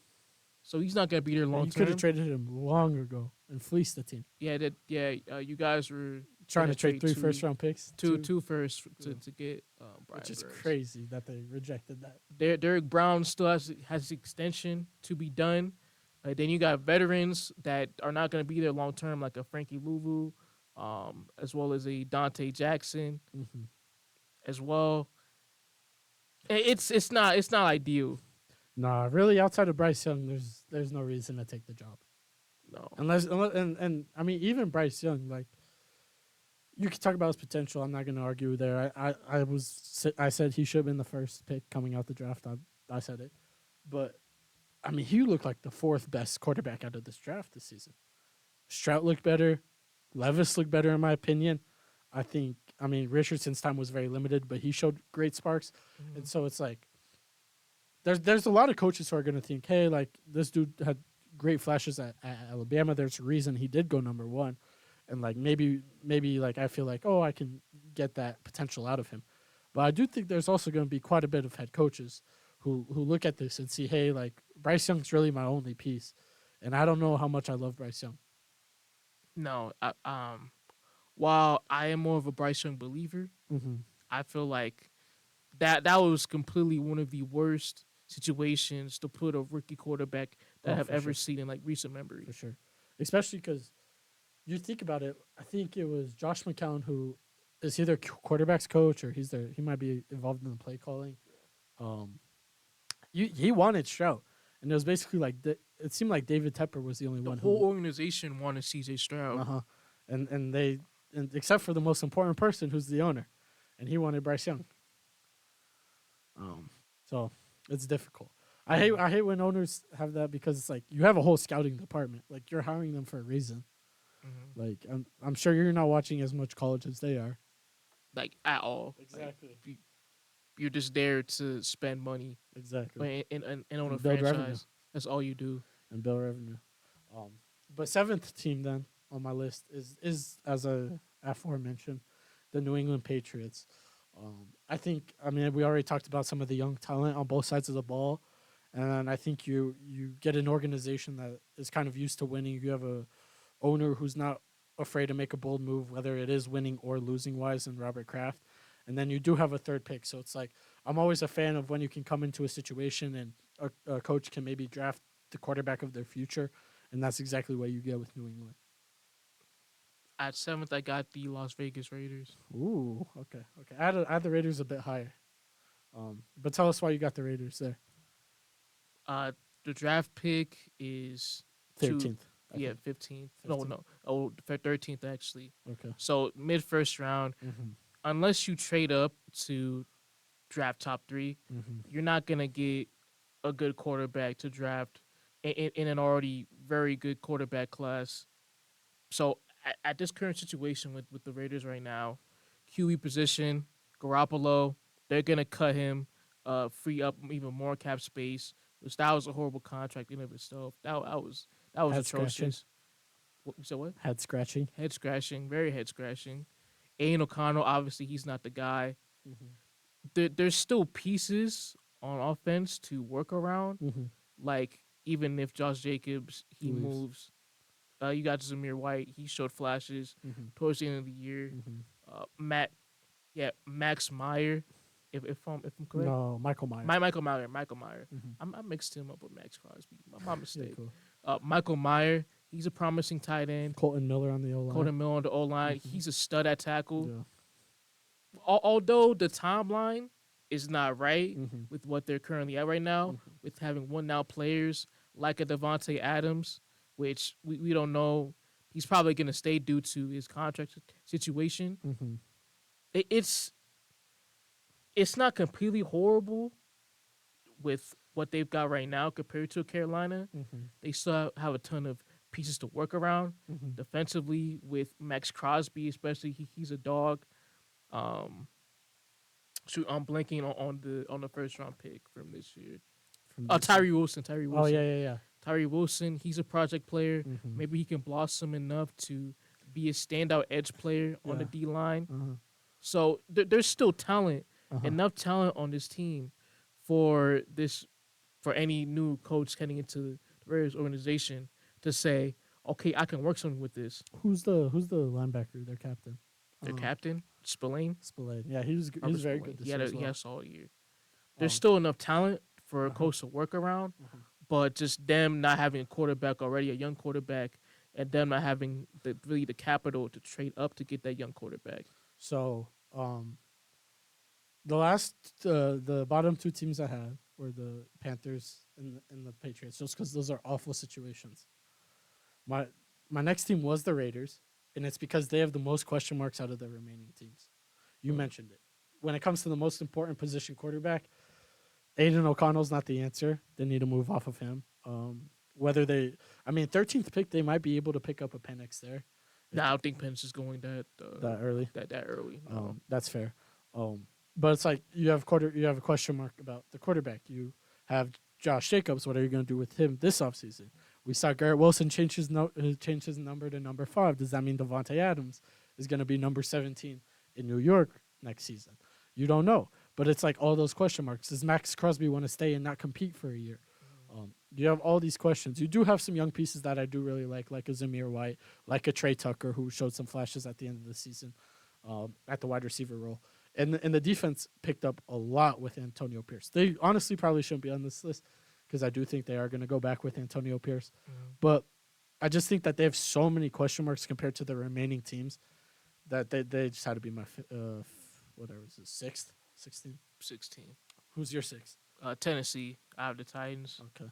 Just off the sheer fact they just have a complete lack of talent throughout this entire roster. Mm-hmm. And obviously that's the reason why Vrabel, they went with their decision to let him go because Vrabel did not want to partake in a rebuild. Mm-hmm. And we look at this roster, all lines completely runs. Mm-hmm. It's not good. It's probably the worst O-line unit in the entire league, in a league filled with horrible O-line units. The receiving core needs massive work. It's been needing massive work since they let go of A.J. Brown. Yeah. Derrick Henry's going to leave. Yeah. You need to get a new stud running back out that backfield. Mm-hmm. I like Tajay Spears, but I don't think he can be that lead back. Mm-hmm. Defensively, Just Jeffrey Simmons, and that's basically it. yeah, there's Jeffrey Simmons, Harold Landry's still there. If you want Terrell Edmonds. It's not a good defensive unit. Let's just say that. They're my 5th team. The Titans are, and I basically just put them over just because you do know who your quarterback is. Yeah, that was the main reason why I had them way higher than the teams like the Raiders and the not the Panthers, but teams like the Raiders. Mm-hmm. No, that's fair. Yeah, I'm a huge Will Levis guy. I just think like it's almost like a Carolina situation where it's just like there's not a lot of surrounding pieces that you like. No. But the positive for them is that they do own their draft pick, I believe. And they have $70 million in cap space for this offseason. So there's plenty of stuff to work around with this unit. And there's a lot of improvement that the organization can do. And so yeah. And I feel like the Titans just historically, I feel like they've kind of hit on like later round picks. Whether it is like a guy like A.J. Brown, Derrick Henry was really early on the draft, not Derrick Henry. I think he was a 3rd rounder. He was a 3rd rounder. Derrick Henry? Yeah. Damn, I didn't know Derrick Henry. I thought Derrick Henry went early. Hell no. So Derrick Henry in the 3rd round. A.J. Brown was a 3rd rounder, I believe, as well. I think he was second. You missed on who was that about? I forgot who I was about to say. But you do have those guys. You got some picks from Philly this year. I think you got might have been a 5th or a 3rd. I can't remember. But you do have some extra draft compensation. You got the salary and the cap space, like Dibo mentioned. So I think there's a lot of room for improvement. But you ultimately have the quarterback of your future, and I think that's extremely valuable. Mm-hmm, absolutely. All right, who was your 5th team? I have the New England Patriots. So you had them a little bit higher than me. Mm-hmm. Explain. While they don't have the quarterback right now, obviously they're going to move away from Mac Jones. Billy Zappi is going to be kept in a backup role, most likely. They have the pick high enough to get a marquee guy like a Caleb Williams or a Drake May, whichever quarterback falls from the Bears position in this draft class. So they're going to get the franchise quarterback. I thought they have the 3rd pick. The 3rd pick. Okay.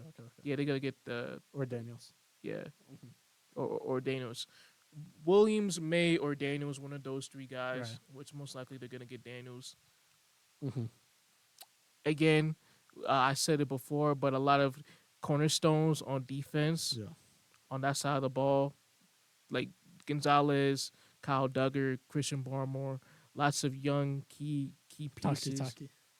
You said Or what? not Taki Taki. Who's the Hawaiian Taki linebacker?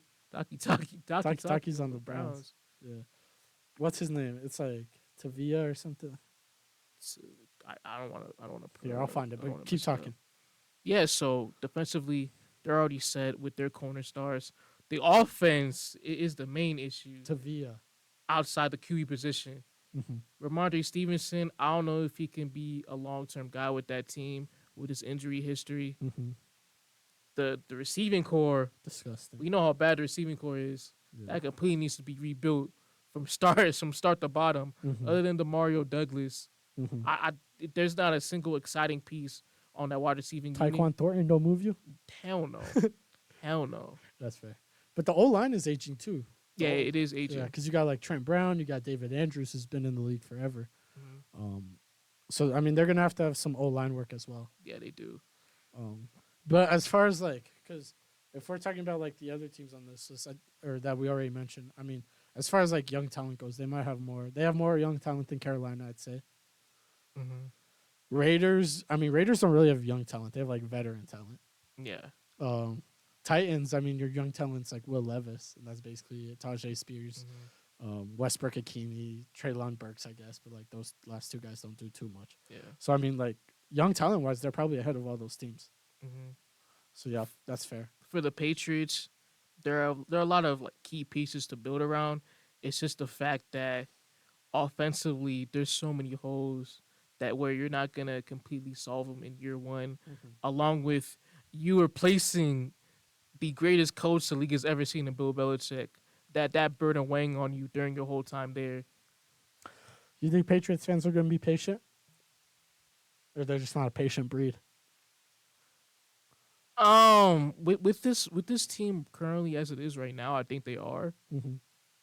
Because we knew once October came around that this is clearly not a good football team. Yeah. And they clearly need to rebuild. It's gonna be a long term project.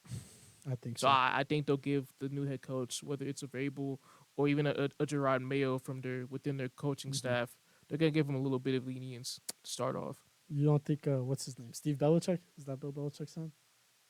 Well, I've mainly heard Gerard Mayo being in those talks. No, I don't think Belichick's kid is getting an interview.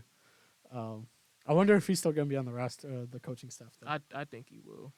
Fair enough. Yeah. My fourth team though is the Los Angeles Chargers, and if we recorded this a year ago, they were probably my top head coaching destination. But man, they have kind of fallen off. I think a lot of their O-line has fallen apart, and you're basically left with Rashawn Slater, which is a very good piece, but there's 5 people on the O-line. Corey Linsley, obviously, he retired. Yep, due to heart issues. Yeah. You look at your pieces. Austin Eckler requested a trade last season, and you still have him. I don't know if he's on expiring deal. This is last year. So you're going to lose a guy like Austin Eckler. Keenan Allen is obviously aging, and that's kind of a good thing that they're losing. I mean, Austin Eckler. yeah, I'd agree. But this man said he was a top 10 running back heading into the year. I didn't forget about that. Them fantasy values. We got the footage. Fantasy football merchant right here. We got the footage. Hey, get him out of LA. We'll see. No, I'm playing. I'm playing. But it's like outside of Herbert on this offense, you don't really have a ton of young players. I think they're gonna go Brock Bowers in the draft. I think they have a top 5 or 6 pick. They're picking at 5. They're picking at 5, so I think they will go Brock Bowers, which I've been seeing a lot. But it's like you have Herbert and Rashawn Slater, and that's basically like your only young pieces on the offensive side of the ball. Quentin Johnson, he looks like a bust already. Couldn't catch a thing in his rookie season. Mike Williams, Keenan Allen can't stay healthy.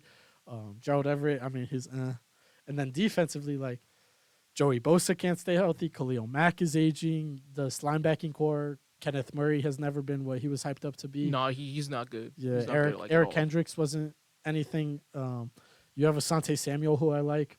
You have Derwin James, who I like, but that's basically it. And like Derwin James can't play a full season either. And so it's like your real only piece is Herbert, and that's a top what 7 quarterback, maybe top 8, top 7, maybe higher. You could argue quarterback, and that's just why they're so high. If they don't have Herbert, this is one of the worst jobs, I think. No, for sure. But you And got I have the Chargers at 4, only because of Justin Herbert. exactly. You take Herbert off the equation, Yeah. out of the equation. No, you put that at the very bottom, like right beside Carolina, right there. Uh-huh. And with the Chargers team right now, Uh-huh. horrible atmosphere. We got to add that factor into that as well. Mm-hmm. Your home games is not going to even be home games. They're going to be taken over by road fans Facts. at SoFi Stadium. Facts. The cap space is completely, it's cooked. They're nearly going to be over 40 million in cap space Mm-hmm. heading to the offseason. Mm-hmm. And then you're including that with older guys like Khalil Mack, a Keenan Allen, a Joey Bosa Mm-hmm. with injury issues. Mm-hmm. All these guys on high end contracts. During James too. Mm-hmm. Mike Williams is gonna be out the door soon. Yeah. Like Justin Herbert is the only reason why I have him in the top 4 spot, Mm-hmm. but it's not a good situation. At the end of the day, they're the only team on this destinations list that currently has a franchise quarterback, Yeah. and that's why you have to rank them so high because franchise quarterbacks are so rare, Mm. and it's a lot easier to build a team around a franchise quarterback than to find a franchise quarterback, I think. Mm. And so that's why we both have them at 4. Moving on to 3, I have the Washington Commanders. And I think that the Washington Commanders is a really, really good coaching job. I do. I just think that the 2 above them might be a little bit better. One reason why I was a little bit bearish, excuse me, on the Washington coaching job is their division. I just think that you have the Cowboys who won 12 games this year. You have the Eagles who won 11 games in a down year. Everybody's saying the Eagles are playing horrible. They won 11 games. And so I just think that you're competing in that division for the next however many years if you're a coach. I think that's such a hard division to be in. And it's almost like you're almost having to be a wild card every year. Now, if we do talk about Washington, I think if we look at their weapons and what they have one of the best rosters among these teams. When you look at the weapons in their receiving room, whether it's a Terry McLaurin, a Jahan Dotson, even a Curtis Samuel, you have Brian Robinson in the running game. The O-line needs to be completely reconstructed. But defensively on the ball, you have a great D-line, and the secondary needs to be completely restructured. And so there is still some work to be done with this team. I do like the fact that there is a new owner. That's a huge thing. A new owner that is not Dan Snyder. Exactly. Exactly. But another thing that did make, I don't know if this is actually a negative or a positive. Maybe we can have the discussion. But the Bob Myers hiring. Because Bob Myers is a very good person to have in your front office, as we saw with the Golden State Warriors. I think he's a very active dude. I think he knows what he's doing. But the basketball game and the NFL game are 2 completely different things. Mm-hmm. And so I obviously know that they brought in some other people. He doesn't have 100% control or say. But I am just a little bit worried about that. Mm-hmm. Yeah, for sure. For sure. At 3, I have the Atlanta Falcons. Okay. In a very bad division. Mm-hmm. Got the skill position players, Mm-hmm. the big 3, Kyle Pitts, Drake London, Bijan. Yeah. So there's a lot to work with Mm-hmm. within this unit, especially offensively Mm-hmm. for a new head coach. Yeah. My biggest issue is defensively. Mm-hmm. They're a little bit on the older side. Calais Campbell. Mm-hmm. Well, even with their more key guys too, like a Jesse Bates, who had a phenomenal year, I might add. I'm not taking that away from him. All-Pro. But this defense is a bit on the older side, which with this team currently as it is, they don't really fit the timeline compared to the offense. Jesse Bates ain't that old. Well, He's 26. 26? Yeah, he's 26. Whoa. Oh, okay. That's what I got here. 26. Wow, I thought he was 20. I thought he was like 28. No, I mean, he'll be 27 going into next year Okay, he'll be 27.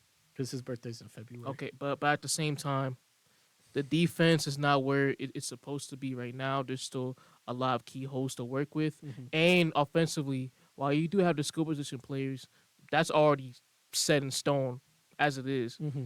but you don't got the franchise quarterback, No, you which with what they're currently positioned in the draft, don't. Mm-hmm. towards the bottom of the top 10, they're not in a position to get one of the three quarterbacks in Williams, May, or Daniels unless they trade up. Mm-hmm. So that's a key situation there Mm-hmm. that they can work it out. Because they have the ninth pick as Yeah, they is. have the ninth pick. Yeah. No, that's interesting. So I had Atlanta as my 2, and I was really going back and forth between Washington and then Atlanta. This is kind of how I broke it down. Division wise, obviously Atlanta. Um, you look at the weapons.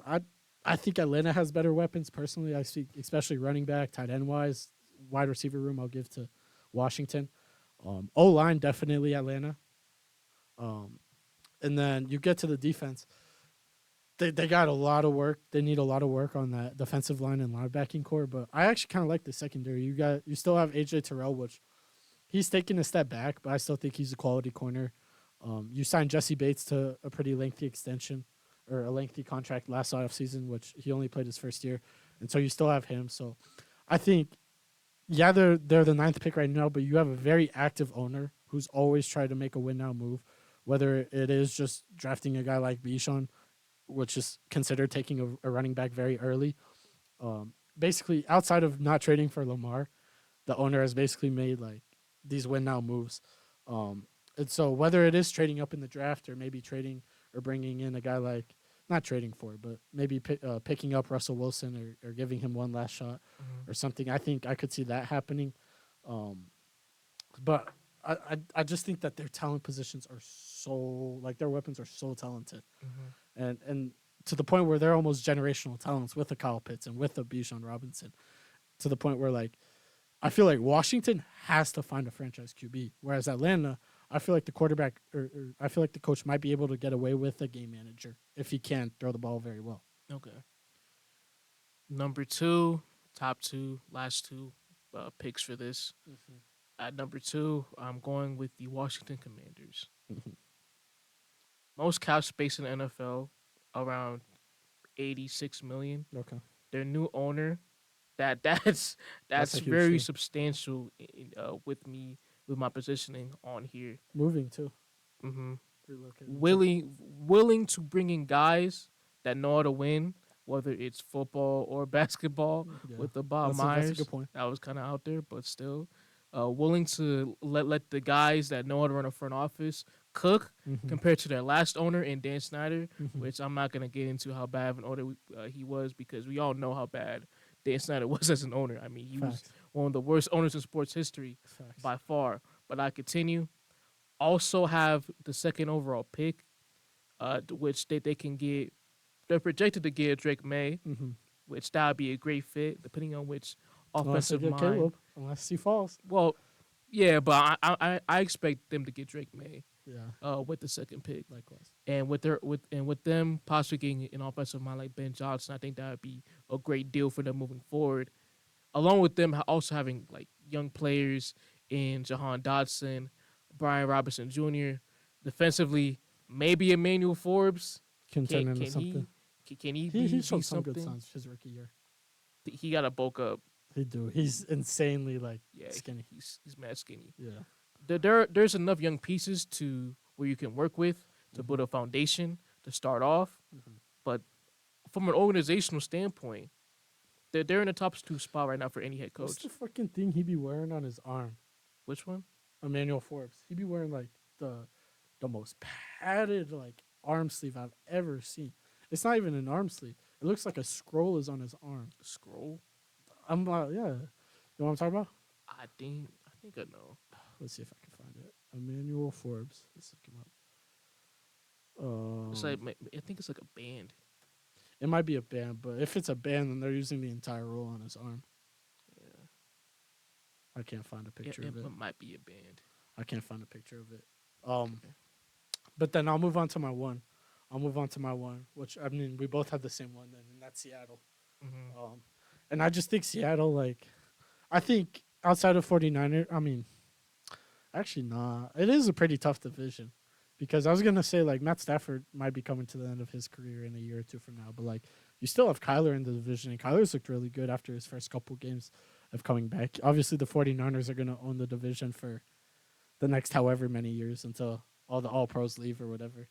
Um, but Seattle, I mean, they really are the definition of like, hey, they might be a quarterback away. They might not. They might just keep Geno Smith and try to go with a better coach next year, because they do have so many young talented pieces on the offense. Whether it's all of their receivers, whether it is the running game, whether it's Kenneth Walker or Zach Charbonnet, they've gone O line hot, or they've drafted O line early in the draft the last couple years, or a handful of the last couple years.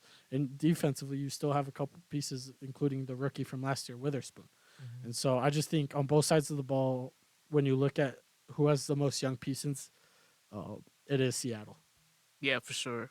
I have the number one as well, just off the fact that they have so many young guys that you can build around for a contending team. No, The only weakness is their lack of cap space right now, which is currently at 4 million, along with them having the 16 overall pick. But with their cap space, there can be a lot of flexibility involved. They can get off of veteran cornerstones like a Jamal Adams, even like a Tyler Lockett. Geno could probably be cut in the offseason as well too, and they could draft a young quarterback in the draft, they whether they just signed trade Geno up. to a payday though. They gave him $375 last offseason. No, the contract is cuttable. Oh, okay. Yeah, Okay. it's a cuttable contract. Good to know that. Mm-hmm. So there is a lot of roster flexibility, along with them having a ton of youth movement within this unit. Don't be surprised when Seattle trades out of the first round again. To get Penix? I don't know. Because if they do get Penix, now I expect Geno to remain the starter. I'd Bo like Nix. Penix to take a year. Mm-hmm. I'd like Penix to take a year, especially like behind a guy like Geno. Because, I mean, if you want to talk about like veteran quarterbacks who know a thing or two about the league, like Geno definitely knows it. Yeah, he's a great locker room guy as well too, and we saw that with Drew Lock, their development this year. Where on the sideline they were doing the celebration after Lock had that game winning drive. Yeah, yeah. Let me against the Eagles, huh? Yeah, it was against the Eagles. But just like I mean, because Geno's a dude who I can't remember where was Geno drafted. New York, the Jets. No, well, I know the Jets, but like, was he a first round pick? Second rounder, early second round. So a relatively high pick, similar projection to where Michael Penix is supposed to go. He was the 7th pick in the second round, as I'm seeing. And so like he could kind of mentor Penix in a sense, like, hey, like I've been the guy who was supposed to be the future, and I ain't live up to it. Like, here's what you need to do, and here's how I was able to turn my career around. And to have that kind of veteran presence for a young quarterback would be huge. Yeah, for sure, absolutely. So yeah, I mean, yeah, I think I'm glad we both had Seattle on. I also think, I mean, like this wasn't a huge factor. This is probably the smallest factor, but you do get, I think, the best fan base on the list, which is a pretty cool thing. Yeah, for sure. The most invested for sure. The Seahawks fans, they love their team. Seattle's a great city. Hey, shout out Seattle. I actually got a buddy who moved there, and he just told me wonderful things. Bless. Just told me wonderful things. All right, Wildcard Weekend. Yeah, let's get into that. All right. Let me pull up the games on my end. All right. What game you want to start with? Just go from like the very start. Yeah, like Saturday's games. So Saturday's first game. Oh, hold on. Is the Browns versus the Texans. Who are you taking? I'm taking Cleveland. You're taking Cleveland? Yeah. Explain. Off the pure fact with when you compare Houston's offense to Cleveland's defense, I think Cleveland with their physicality, especially in the secondary with Greg Newsome and Martin Emerson, those two guys matching up against that Houston receiving core, which when we look at the Texans receivers, it's very depleted. Obviously, they don't got Take Dell, their best separator, and what's left is you got I'm not sure if Noah Brown is available for Saturday's game. You still got Nico Collins, which he's not the best separator, especially against man coverage going up against those guys I just mentioned. So even without Denzel Ward, he might not play with his knee injury stuff for today during practice. I just think that huge advantage on that end. along with the Browns pass rush led by Myles Garrett, I think that'll be the difference maker. I'm gonna take the Browns in this one as well. Um, I think you hit it on the head when it came to that receiving core because I just think that they're just down so many weapons, and especially in a playoff game when you have the pass rush of Myles Garrett and Zadarius Smith and Okoro and all the other names coming at you. I think it really does help to have a guy who can get separation, who can get open early, and I just don't think they have a lot of that. And I think that's kind of what we saw a couple weeks ago when they played. Granted, I think it was Davis Mills in the lineup. Case Keenum. Case Keenum, excuse me. Yeah. But I like the Browns. They also do have some more playoff experience on their roster. Obviously, they were in the playoffs like 2 or 3 years ago at this point. So yeah, I like it. Plus, you get a playoff performer in Joe Flacco. Elite playoff Joe coming playoff back. Joe. First playoff appearance in 9 years. Hey, shout out Joe. Last one was in 2015. And then to end the Saturday, the 6 p.m. game is the Kansas City Chiefs at home against the Miami Dolphins, where the weather is expected to be anywhere between 0 and -9. Or was it 0 and 9? Just regular 9. -9. Either way, it's going to be Yeah. an extremely cold game. Who are you taking? We should win this game by 2 scores. By 2. That's interesting. I don't know, but I got a bad feeling, and I know it's poor analysis from my part, but at the same time, Hey, sometimes you just get a gut feeling. I do got a good feeling. We should, with the personnel we have, we should be able to come into Arrowhead, our home field, and be able to run the ball in them all game, especially with the Dolphins' depleted D-line right now. And that's what I was going to say. I think maybe healthy that this is a different conversation, but I do think the weather is going to be a factor for a Miami team. I'm going to take the Chiefs in this one. I do think Tyreek Hill will get a touchdown. I hope he does, personally. That's also a gut feeling I have. I think he's going to go crazy. I hope so. Well, Bro.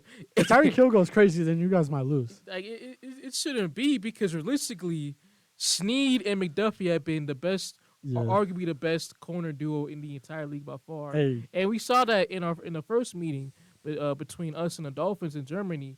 We completely controlled that receiving core. We threw him out of rhythm. L'Jarius Sneed, what's the stat? Most times thrown at without giving up a touchdown. I got a feeling that might end on Saturday. L'Jarius Sneed should have been a Pro Bowl, NFL. I'm on to y'all. Y'all did my boy dirty. Who were the Pro Bowl corners instead? I didn't peep all of them. No, he didn't make the Pro Bowl nor first team All Pro. No, but I'm saying, who were the Pro Bowl corners? Pro Bowl corners? You don't got it off the top of your head. That's fine. I don't. I just know that my boy Snead and even McDuffie, they both got snubbed. NFL fans, what are y'all doing? Y'all didn't see the work we did. All y'all care about this Chiefs team is Mahomes struggling, the Chiefs receivers being trash, which, okay, that's fair, and Travis Kelce and Taylor Swift. But you look at them corners, we got dogs in the secondary, man. Put some respect on my boys, man. Over under 10 times for how many times they show Taylor Swift during this game. I don't even know if she's gonna pull up to the game. Too cold for her? Maybe. No, there was like a national warning too, I saw. Oh, I didn't even see that. Yeah. No, I just think it's Arrowhead. It's Arrowhead and it's Mahomes in the playoffs. It's probably the two hardest combos. You add an Andy Reid too. Travis Kelce got an extra week to rest. Pacheco, I think they gave him last week off as well, right? Or no? Yeah, they did. They did. The Rasheed Rice got a week off too. Yeah. So yeah, and the Dolphins, they just lost a heartbreaker to lose the division. Super banged up too. Super banged sides. up. You have Phillips is out. I think Bradley Chubb is out now too. Yeah, Van ACL Ginkel got injury. hurt. Xavier Howard was out. So just so many injuries on the defensive end. Let's move into Sunday's game. I think that this will probably be the easiest consensus pick we have. Bills at home against the Steelers. Bills, but the game is still going to be competitive. Really? I'm taking the Bills blowout. Bills blowout? I'm not sure, See, man. I feel like too many times. Well, not too many times because we only have I'm only going to reference one game. But we've seen the Bills at home against a great defensive coach with a great defense go into Buffalo with a medium quarterback, and I'm talking about the New England Patriots. And we saw what happened. And I think that was a better Mac Jones than this is a better Mason Rudolph. And so I just think that we might see a similar result. My rebuttal is that with the Bills and Josh Allen, obviously They're a with different team than they were. The well worst team. with their ability to commit turnovers throughout each game, Hmm. and you add that with the Steelers, who are a great team when it comes to forcing turnovers. Hmm. Is I Minka back, by the way? Minka, Yeah. yeah, he's gonna be back. Okay, that's huge for them. I just feel like if Josh Allen turns the ball over 2 or 3 times, whether it's throwing picks or fumbling the ball, even other guys too, like a James Cook, uh, them don't fumbling the ball, their offensive weapons. The Steelers with their run game right now, which is they've been fully tapped into the run game, Hmm. which is a great sign. Hmm. Najee Harris and Jalen Warren, they're arguably the best rushing duo, running back duo in the entire league right now. You could, And with Mason Rudolph being yeah, improved as a passer, yeah. them while he hasn't really elevated their offensive unit to being a top unit in throughout the league, Uh-huh. it's a competent enough unit to at least score points and move the ball down the field. Yeah, I mean the offense has definitely got better with Mason Rudolph there. Outside of the last game, I can't remember who they just played. Where TJ Watt got hurt. I think it was the Ravens. Mm. Yeah. But obviously TJ Watt being out is a huge thing for this team. Um, I did look it up. This is gonna be Minka's first game back too. Mhm.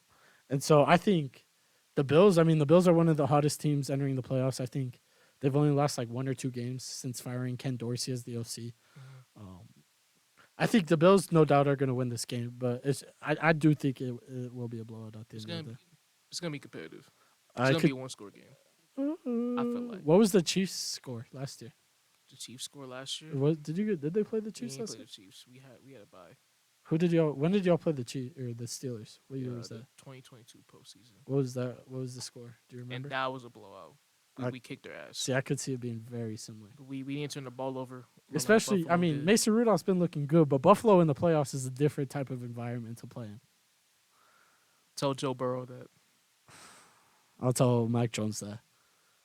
Fair enough. Fair enough. Fair enough. Fair Hey, enough. hey, but best Good, running good, back good, duo. good You know who the comeback. best running back Fair duo enough. in the league. Or you know what team has the best running back duo in the league. Fair enough. Fair enough. You know who. Yeah. We'll get into that team actually soon. But before that, let's talk about Cowboys and Packers. Cowboys at home, obviously. Who do you got? Jerry World. Jerry World in a playoff game. Ooh. I really thought about this one for a minute. Dang. I can honestly see the Packers upsetting. You think? Not because of the memes, it's just because when with the Packers, their offensive unit, their run game has really been turning it on, Yeah, especially with Aaron Jones returning back to the lineup. It Is Christian Watson going to be back for the game? No, I don't think so. No. Oh, And you add the fact that with the Cowboys, their biggest weakness right now is the run game. They're very poor on that end. If the Packers control this game throughout all 4 quarters, leave out their mistakes, Jordan Love plays a great game, great clean football, I can see Green Bay upsetting. I really I can. can't see it. But that's too big of an axe for I can't this see young Packers team right now. Give me Dallas. They got more offensive firepower and a more experienced team. it. More experience. They got a playoff win last year, which was huge for them. At home, which is, I mean, we know how good they are on the AT&T turf. Turf, yeah. I do want to say the Packers have been looking good. I want to give a big shout out to Jordan Love because he has played phenomenal this year. But the last 3 wins they have were against the Panthers, which they barely won. Bryce Young put up 30. The Vikings, where it was, who was it? Easton Stone, I think, was the quarterback. The Vikings. Yeah, Jaron Hall. Jaron Hall. Thank you. I don't know Easton Stone. You was thinking about Easton Stick, right? Easton Stick, the Chargers QB. Yeah. And then the Bears, the last game of the season. And like those are good wins, don't get me wrong, but they're not impressive wins. And like when I look at the Cowboys at home, the Cowboys I think were undefeated at home this season. And I just don't know if this Packers team has the ability to stop that offense at home. Especially I don't really like that Packers defense. Truthfully, I do think Jair will be back, which is huge for them. Um, Huh? uh, Where you see that video, right? and then they muted the reporter who thought he was a fan. Bro, the pack is back. The pack is back. Huh? But give me the Cowboys in this one. A little McCarthy revenge game. Yeah, that's a huge storyline heading into the game as well. Then we get the Sunday night football game, which I think is probably, this is probably the most eager game everybody's looking forward to, which is the Lions versus the Rams. Who you taking? Oh, okay. No matter who wins, I want a shootout. I want a shit ton of points. Okay. Uh-huh. It needs to be a shootout. I want like both teams to score at least 30 by far. I need to be entertained. As far as like wild card games go, this is probably I would say like this and the Buccaneers Eagles game probably have the best chance of being a shootout. Bucks. I don't know about Bucks Eagles. I can see Bucks Eagles. No, it's not a shootout. Depending how that offense plays for the Eagles. But and I don't think Baker going band for band. That defense is trash though. That Eagles defense is trash. That is true. That is very true. But tell me about this Rams Lions game. You know, I'm gonna be a contrarian. Yeah. Because with what I've been seeing online and real life, everybody's picking the Rams. Yes, they are, which I hate. I'm gonna be a difference maker here. Uh-huh. I got the Lions winning their first playoff game in our lifetime, in their first playoff game, first playoff win since '91. Mm-hmm. They're gonna do it at Ford Field against Matthew Stafford. Yeah, their franchise quarterback for over a decade, previous franchise quarterback. They're gonna do it. They're gonna do it at home. I don't hate it. I honestly think the game could go either way. It can go either way. Here's the thing. Before, like, heading into the playoffs, the last couple of weeks, it was kind of, I know that the Lions had the chance at the 2 seed, but everybody was already predicting this Rams-Lions matchup, right? And like an ignorant fan, I was going to come here and take the Rams no matter what, just before the game. Just because you always got to ride with your team, especially if it is a close game. Like, you can get away with picking them, and nobody's going to call it too biased. But I think the Sam Laporta injury just completely changes it. I think prior to the Sam Laporta injury, probably the Lions would win. I think now I'm taking the Rams for sure. Like, now I think I'm taking the Rams with some faith of confidence. And the Rams, I mean, nobody's talking about it. The Rams are the hottest team entering the playoffs. They've won 7 of their last 8. The only loss being in Baltimore in OT following a Baltimore bye week, which is it's impressive taking Baltimore to OT alone. I think that Stafford is gonna be eyeing that secondary, licking his lips. Licking my chops. Exactly. Licking my chops. I am a bit scared about Kyron in the running game because that's what's helped us set up the pass. I think it might be a bit different. Where and also with the Detroit defense, that's the best aspect of their team now. For sure. Having a Lee McNeil leading that unit. Yeah, no. Their run defense has been, I think it's top 3 in the league. I think it's actually second best run defense in the league right now. And that's what scares me a little bit. I think it's going to have to be passed to set up the run on Sunday, which, I mean, Matthew Stafford's more than capable of doing. We've seen that over his career. But Kyron is the huge X factor in this game. He was 3rd in rushing yards for the season. That's after missing like 4 or 5 games. So if Kyron can be the Kyron that the Rams know, I think that McVay, I like Dan Campbell as a coach, but I think schematically McVay circles him. Now Ben Johnson's a different argument. But it's gonna be interesting. But I'm gonna take the Rams in a narrow win. This is gonna be a last second go game down too. To the wire, but this is a down to the wire game. We need an instant classic, absolutely, from this one. Again, I'm gonna pick the Lions, Detroit, off of their run defense alone. I think if they neutralize Kyron Williams and the Rams run game with their O-line playing better, I just think the Lions will pull through in this one. I'm gonna tell you this though, no matter what, I think Rams are starting the game with the ball. I think maybe not though, because I could see Dan Campbell being the type of coach to receive, like if they win the toss. But from a Rams point of view, if you win the toss, you have to receive. I think you have to try to get this crowd out of it as early as you can. Yeah, I can see that for sure. Yeah. So let's move to the last wild card game. Monday night, we have Buccaneers at home hosting the Philadelphia Eagles. Interesting one for sure. For sure. Oh man, I've been thinking about this ever since the schedule came out. And who are you taking? I'm going with the Bucks.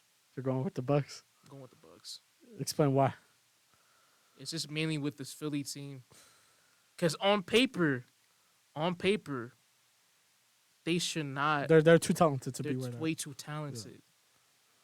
This should be like how last year when Dallas played Tampa at home and Dallas whipped the shit out of Tampa Bay. But Tampa last year, they were way more competent and had a way better coaching than this Eagles team. And I'm not saying that Bucks team last year was competent coaching. They had their issues massively. I mean, they got the same head coach wise. They got a better OC, I think. But you look at this Philly team. They're completely shot. Schematically, defensively, they're getting baked by any quarterback every week, no matter how good the QB is. Tyrod. They got baked by Tyrod Taylor. Yeah. Baked by Tyrod Taylor. They got baked by a ton of other quarterbacks too. Drew Lock, that game-winning touchdown at the end. Yeah. Kyler. Bro, I watched that. I watched the Arizona game. The outside was completely open. Outside the numbers, they completely cooked them on that side, on that part of the field. And Gannon knew it the whole time, as a former coach as a former coordinator for them. And then offensively, a complete disaster on that end too. Brian Johnson, the whole scheme's messed up. Yeah, they're not as dominant as they were last year when it came to the run. The passing game's looking shot. The O-line has look shaky. Jalen Hurts, while I'm not going to put the blame completely on Jalen Hurts, I'm not going to make them the easy scapegoat, but we have seen the decline this season compared to last season when he was in the MVP conversation. And I'm not sure if it's with his injuries. I know he's been having nagging injuries all season with his knee and his ability to move outside the pocket. He's looked off, yeah. But when you look at this whole Philly team, and you look at this coaching staff right now, Sirianni, he's not getting these guys together week by week. They're getting completely outcoached, completely outmuscled, where with this much talent, they shouldn't be. I just think that Tampa Bay, especially with the weapons they have on the outside with both Godwin and Mike Evans, it's not going to be like the first matchup during Monday Night Football in September where Philly completely control the game. It's going to be a lot different. Yeah. I'm happy you talked about Philly in the run because last year it felt like this was a run-first team. And that's what this O-line is catered to be. They're a much better run-blocking unit than pass-blocking unit. But this year it's been like pass-first. And I can't fathom it because we saw it like in the Seattle game early on when they were feeding DeAndre Swift. The offense had the best drive of the game, the first drive. And that was when they were feeding the run. And the last, to end the year, they basically cut DeAndre Swift's touches. Now, I don't know if that's because they're expecting to give him a big load come the playoffs. But they just didn't run the ball a lot to end the year. And I think that part of their success last year, part of that Super Bowl run, was the running ability. Was the fact that, hey, you don't know if Miles Sanders is going to get it, or you don't know if Jalen Hurts is going to run for 20 yards. You don't know if they're going to do a handoff to Miles Sanders, or you don't know if they're going to do an RPO to A.J. Brown or to Devonta Smith. And we haven't seen a lot of that this year. It really just has been a single back formation, Jalen Hurts alone in the backfield, and then they throw a screen or they run a QB draw, and it just hasn't looked good. And so from a play calling aspect, I think they really, really have to establish to run early in this game. If they establish to run early, I think I might pick the Eagles. But just because we haven't seen that the last 4 or 5 weeks, I think I have to go the Buccaneers. Because if I'm saying, I think the Eagles are going to play the run or they're going to run first, they're going to look to run the ball, they're going to be aggressive at the line of scrimmage, I'm betting on something that they haven't done for the last half of the season. And I can't do that. And so I have to take Buccaneers, who have looked a lot better, especially towards the end of the season. I know that they lost to the Saints. But I think I've taken the Buccaneers. especially with a defensive coach. I think you can slow down the offense of Philly enough to where your offense can just completely demolish that secondary.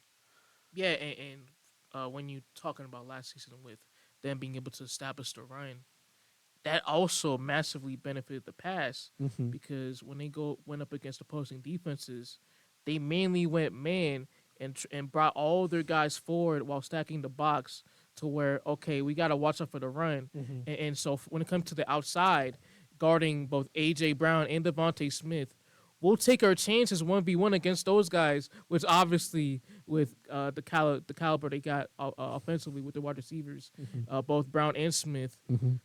the deep ball was working all season, and when you compare that to this season, teams can afford to go in zone more, which leaves more to be desired when it comes to the passing game, which they have to adjust to these new adjustments when it comes to these opposing defenses, and so that's one of the biggest reasons why they have been struggling offensively this entire year. So the Eagles heading into this game have lost their last 6 games, and the Buccaneers have won the last 4 out of their 5. And to me, is there? I want to ask this first. Obviously, Jalen Hurts' first playoff game was in Tampa. It was against Tom Brady when he was still a Buccaneer, and they got blown out. Jalen Hurts didn't look very good in that game. Is this a mini revenge game for Jalen Hurts, or no? Nah, it's not the same team. It's not. It's not. And Although who knows? Who knows with the mentality Hurts has? I'm pretty sure he'll have a chip on his shoulder. all I know, win or loss, he dropping the craziest IG caption in the post game presser. But Fair enough. See, now I feel like I'm kind of talking myself into Philly, and I think that this the most like is this the game that is just like the most 50-50 out of any wild card game? Nah, Lions, Rams Lions, Lions for Rams sure. Lions. That's fair. But this is also a toss up too. I mean, there are a lot of things going against Tampa Bay's way. When you look at their schedule, who they played, the teams they beat, one of quality wins. Those 4 out of the last 5 were pretty easy games. I can't lie. The health of Baker Mayfield moving forward. He was really banged up last week, so who knows if he's absolutely 100% heading into this game against Philly. They did have an impressive 9-0 win last week. Horrible. That was horrible. But I mean, that's the Panthers' defense. That's way better than the Eagles' defense. And yeah, you look at Phillies, especially their secondary. Yeah. You can throw them all day. And the pass rush, I mean, the pass rush last year, I mean, they broke like every sack record. They led the league in sacks, and the pass rush has just not been there this year. No, they got a horrible pass rush, horrible secondary. In the middle of the field, their linebacker unit is horrible. You know how I knew the Eagles secondary was bad? Who is the best player in their secondary right now? Who's the best DB they have? Keely Ringo. Or, no, not Keely Ringo. Slay. No, I was going to say Reed Blankenship. Reed Blankenship? Their safety? I would say him. I was going to say, that's how you know it's bad. Because if a white player is your best DB in the secondary, where notoriously the joke around the league is that white players can't play DB or in the secondary, that's just a red flag. That's just a red flag. I think that goes without saying. But, like, I think Reed Blankenship has been their best player in the secondary. What do you think? You think it's Slay? I still think it's Slay. Shout out Reed Blankenship, though. He did have a good year. You know, he had a good year. Solid. I think he made a Pro Bowl. I don't think he did. Antoine Winfield should have been in the Pro Bowl. Oh, he should have. And made first team All Pro. He's been phenomenal all year, for sure. Oh, he's not. Oh, he might. Reed Blankenship might not play. Well, hey man, when it comes to white safeties, I mean that's the cream of the crop right there. Yeah, no, but that's the field where you specialize at, like where white people specialize at in the NFL, like John Eric Lynch, Weddle. Harrison Smith, Yeah, Eric Weddle. like Eric Weddle was a dog, bro. Yeah. His Charger days were special. Yeah, for sure. His Charger days were For special. sure, and he was nice in Baltimore as well. He had a good stint there. He won a ring in LA though. Don't forget that. He won a ring. Everybody want a ring in LA. Hey, Everybody want a ring in LA. you're welcome. We be same as this year. No, I'm playing. We're not winning it this year. Y'all can make a deep run. We are a dark horse. I would say we out of all the wild card teams in the NFL, I think we're the best wild card team or best chance to make it out. But then again, like on paper, Philly's the most talented team. I would say. I wouldn't say that anymore. I'd say San Fran. That's well, I'm saying from wild card, Wild card. most talented wild card team. I still say Dallas. Dallas isn't wild card. I'm saying like of the 5 through 7 seeds, 5 through 7. wild card teams. Like you got Eagles, Lions. But don't Packers. Don't the 3 and 4 seeds count too? Well, I mean they clinched the and the division, 2 seed, huh? and the 2 seed. I mean if you want, sure, then yeah, that's fair. I was talking like wild card wise. Okay. I mean you could argue them or Dolphins, but Dolphins just have so many injuries. Nah, I don't think Dolphins is really that talented compared to other teams. Is that an episode though? Yeah, we can wrap it up. We've been filming for a minute. I think we started. I'm pretty like sure noon. it was like over 2 hours. Yeah. Well over 2 hours. But that's what you get. Hey, in person, you get the live footage. You get what we're thinking, what we're analyzing. You see it in real time. But I really don't know how much time we did. Like I'm dead serious. We probably did over 2. Okay. We probably did. Hold on, I started a stopwatch. I know for a fact we did. I started a stopwatch like 5 minutes into the pod. Damn. I mean, they can see the time, but like that's where we're at. 2 hours. So and basically 4 like minutes. 2:20. Okay. 2:20 by the time we give the shout outs to the socials. That's like fair. the socials. Speaking of that, I'm gonna do it right now. If you guys are still watching, thank you guys so much for love and support. We appreciate it. Make sure to follow us on all of our social media platforms: YouTube, Instagram, and TikTok, all with the handle at Lunchroom Debates. We post daily content there consistently. We hope y'all love it. Yeah, go follow, go leave a like, and we'll keep bringing you this in-person content. Yes, sir. Hey, we post every episode we do. We post daily, not daily, weekly, once a week. And hey, for me and you, Matt, it's been an absolute blast so far. I've really enjoyed it. I was looking.